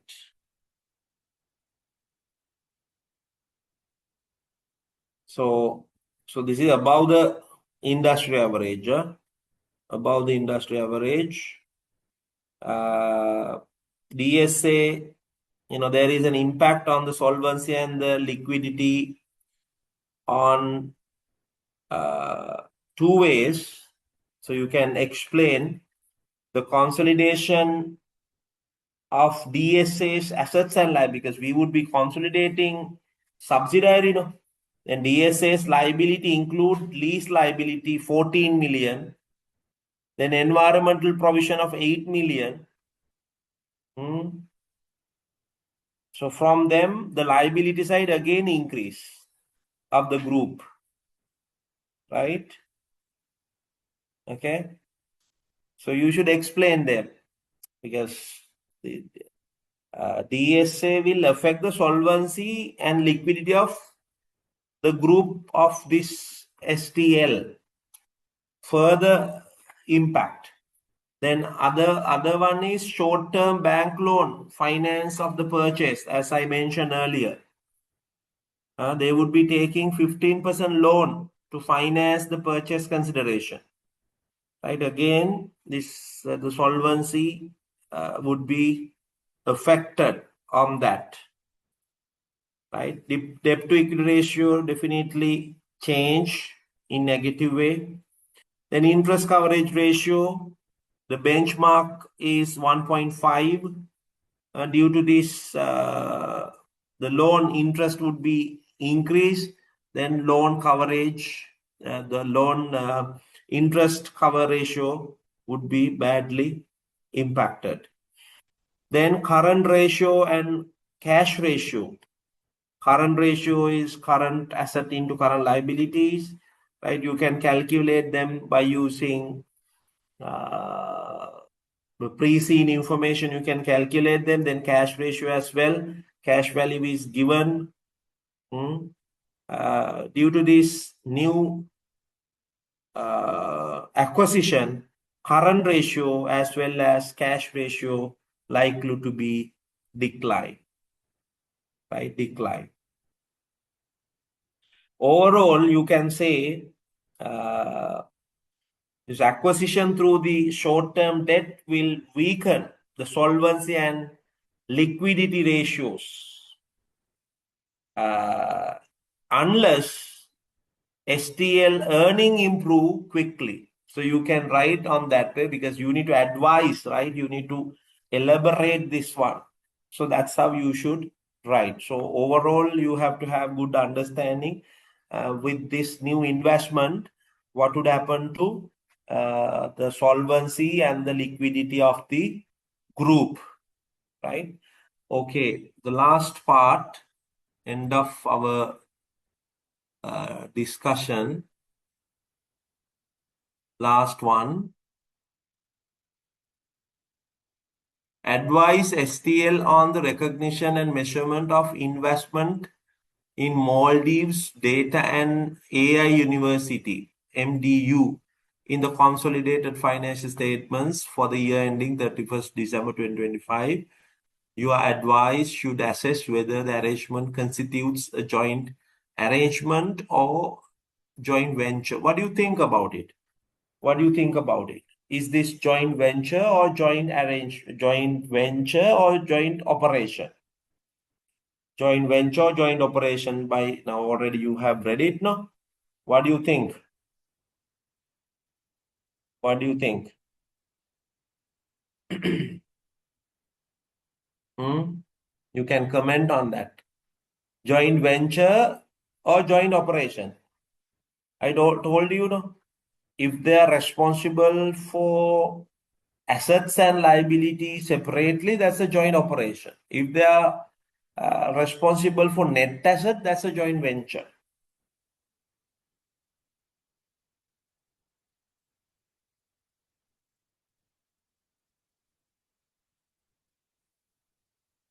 Right? STL and UK partner would jointly control, right? That is clearly mentioned in the description, right? Key strategic decisions will require anonymous consent of STL and UK partner. Okay. Yes, since there is a joint control, SLFRS 11 is applicable, joint arrangement. Okay.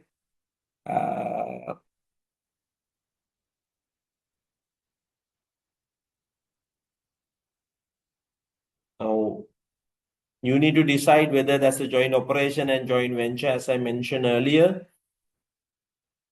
you should assess the parties' rights and obligations. Based on that, we can decide.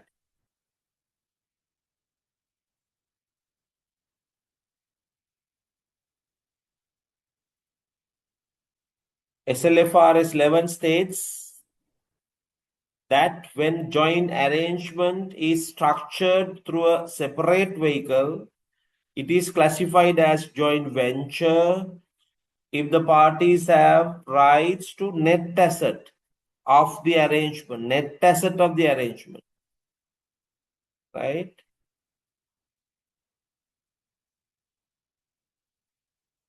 It is a joint operation if they have rights to underlying assets and obligations for liabilities. That's how it has been defined. So in your answer also, you should define what is joint venture, what is joint operation. In this case, MDU case, parties invest cash and buildings into separate university entity and expects return from its operations, not direct rights to the assets contributed. STL and UK partner will share control but do not individually own specific assets of the university. Therefore, MDU is a joint venture. They are not responsible for assets and liabilities separately. That's the point that you should take. So MDU is a joint venture under SLFRS level. Therefore, equity method should be applied.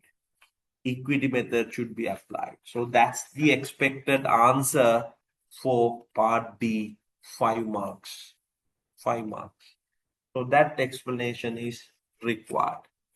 Right now, I would be, yes, joint venture. Correct. You have given the answer. Right now, what's the time? We get now 10 past 10 minutes, right? I have taken 10 minutes additional. I'm sorry for that. 10 minutes additional time I have taken. Yes, I hope you have, get required knowledge. You received required understanding and how you should write, how you should approach this particular question paper in terms of corporate reporting part, the financial reporting part, or rather. So today we have covered both auditing and the financial reporting part together, Indonesia and myself. I hope you have, you have to have independent understanding. You should write independently. That's what I wanted to say. You should write independently. That's why CA Sri Lanka arranged these mock papers for our students to give hands-on experience. So you should get that already. I hope you have taken that experience and you check the answers, right? You check the answers. Now you can fill the gaps and please go through these gaps again and again, and you can write the final exam successfully. I wish you all the best for your examination and the future. Before winding up, if you have any query, any question, you can ask now.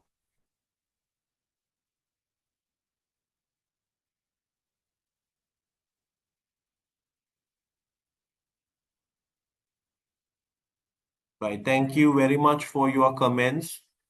It really felt. Yes, thank you very much. Please try to pass the exam as soon as possible. Don't, you can do it, right? You can do it. Don't worry. Let me give small, as a chartered accountant, I should say this.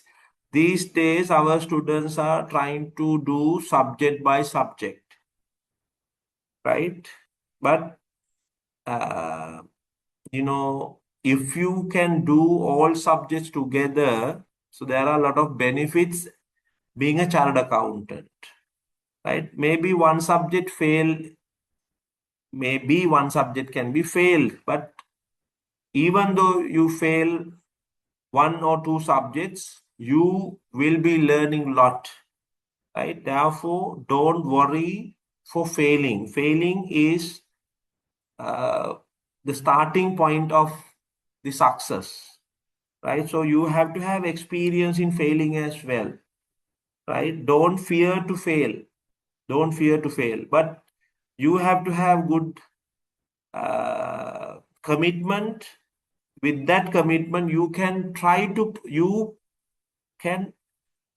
pass, right? You should try to pass, right? But you should get 50 marks, no? 49 means fail.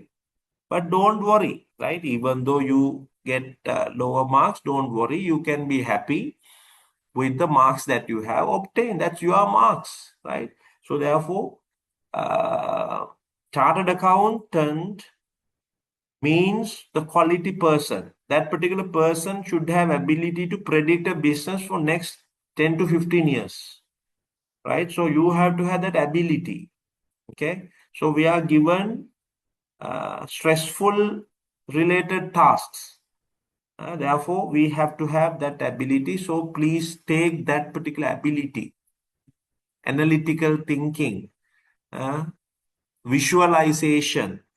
So through these subjects, through these exercises, you would be trained for that, right? Therefore, no shortcuts.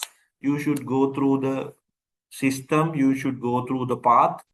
I strongly believe that you would be you would be passing the exams, and very soon you will be becoming prestige chartered accountants, right? Okay, with that note, I conclude today's session. Thank you very much for joining and interactive participation, right? Thank you very much and wish you all the best. Good night.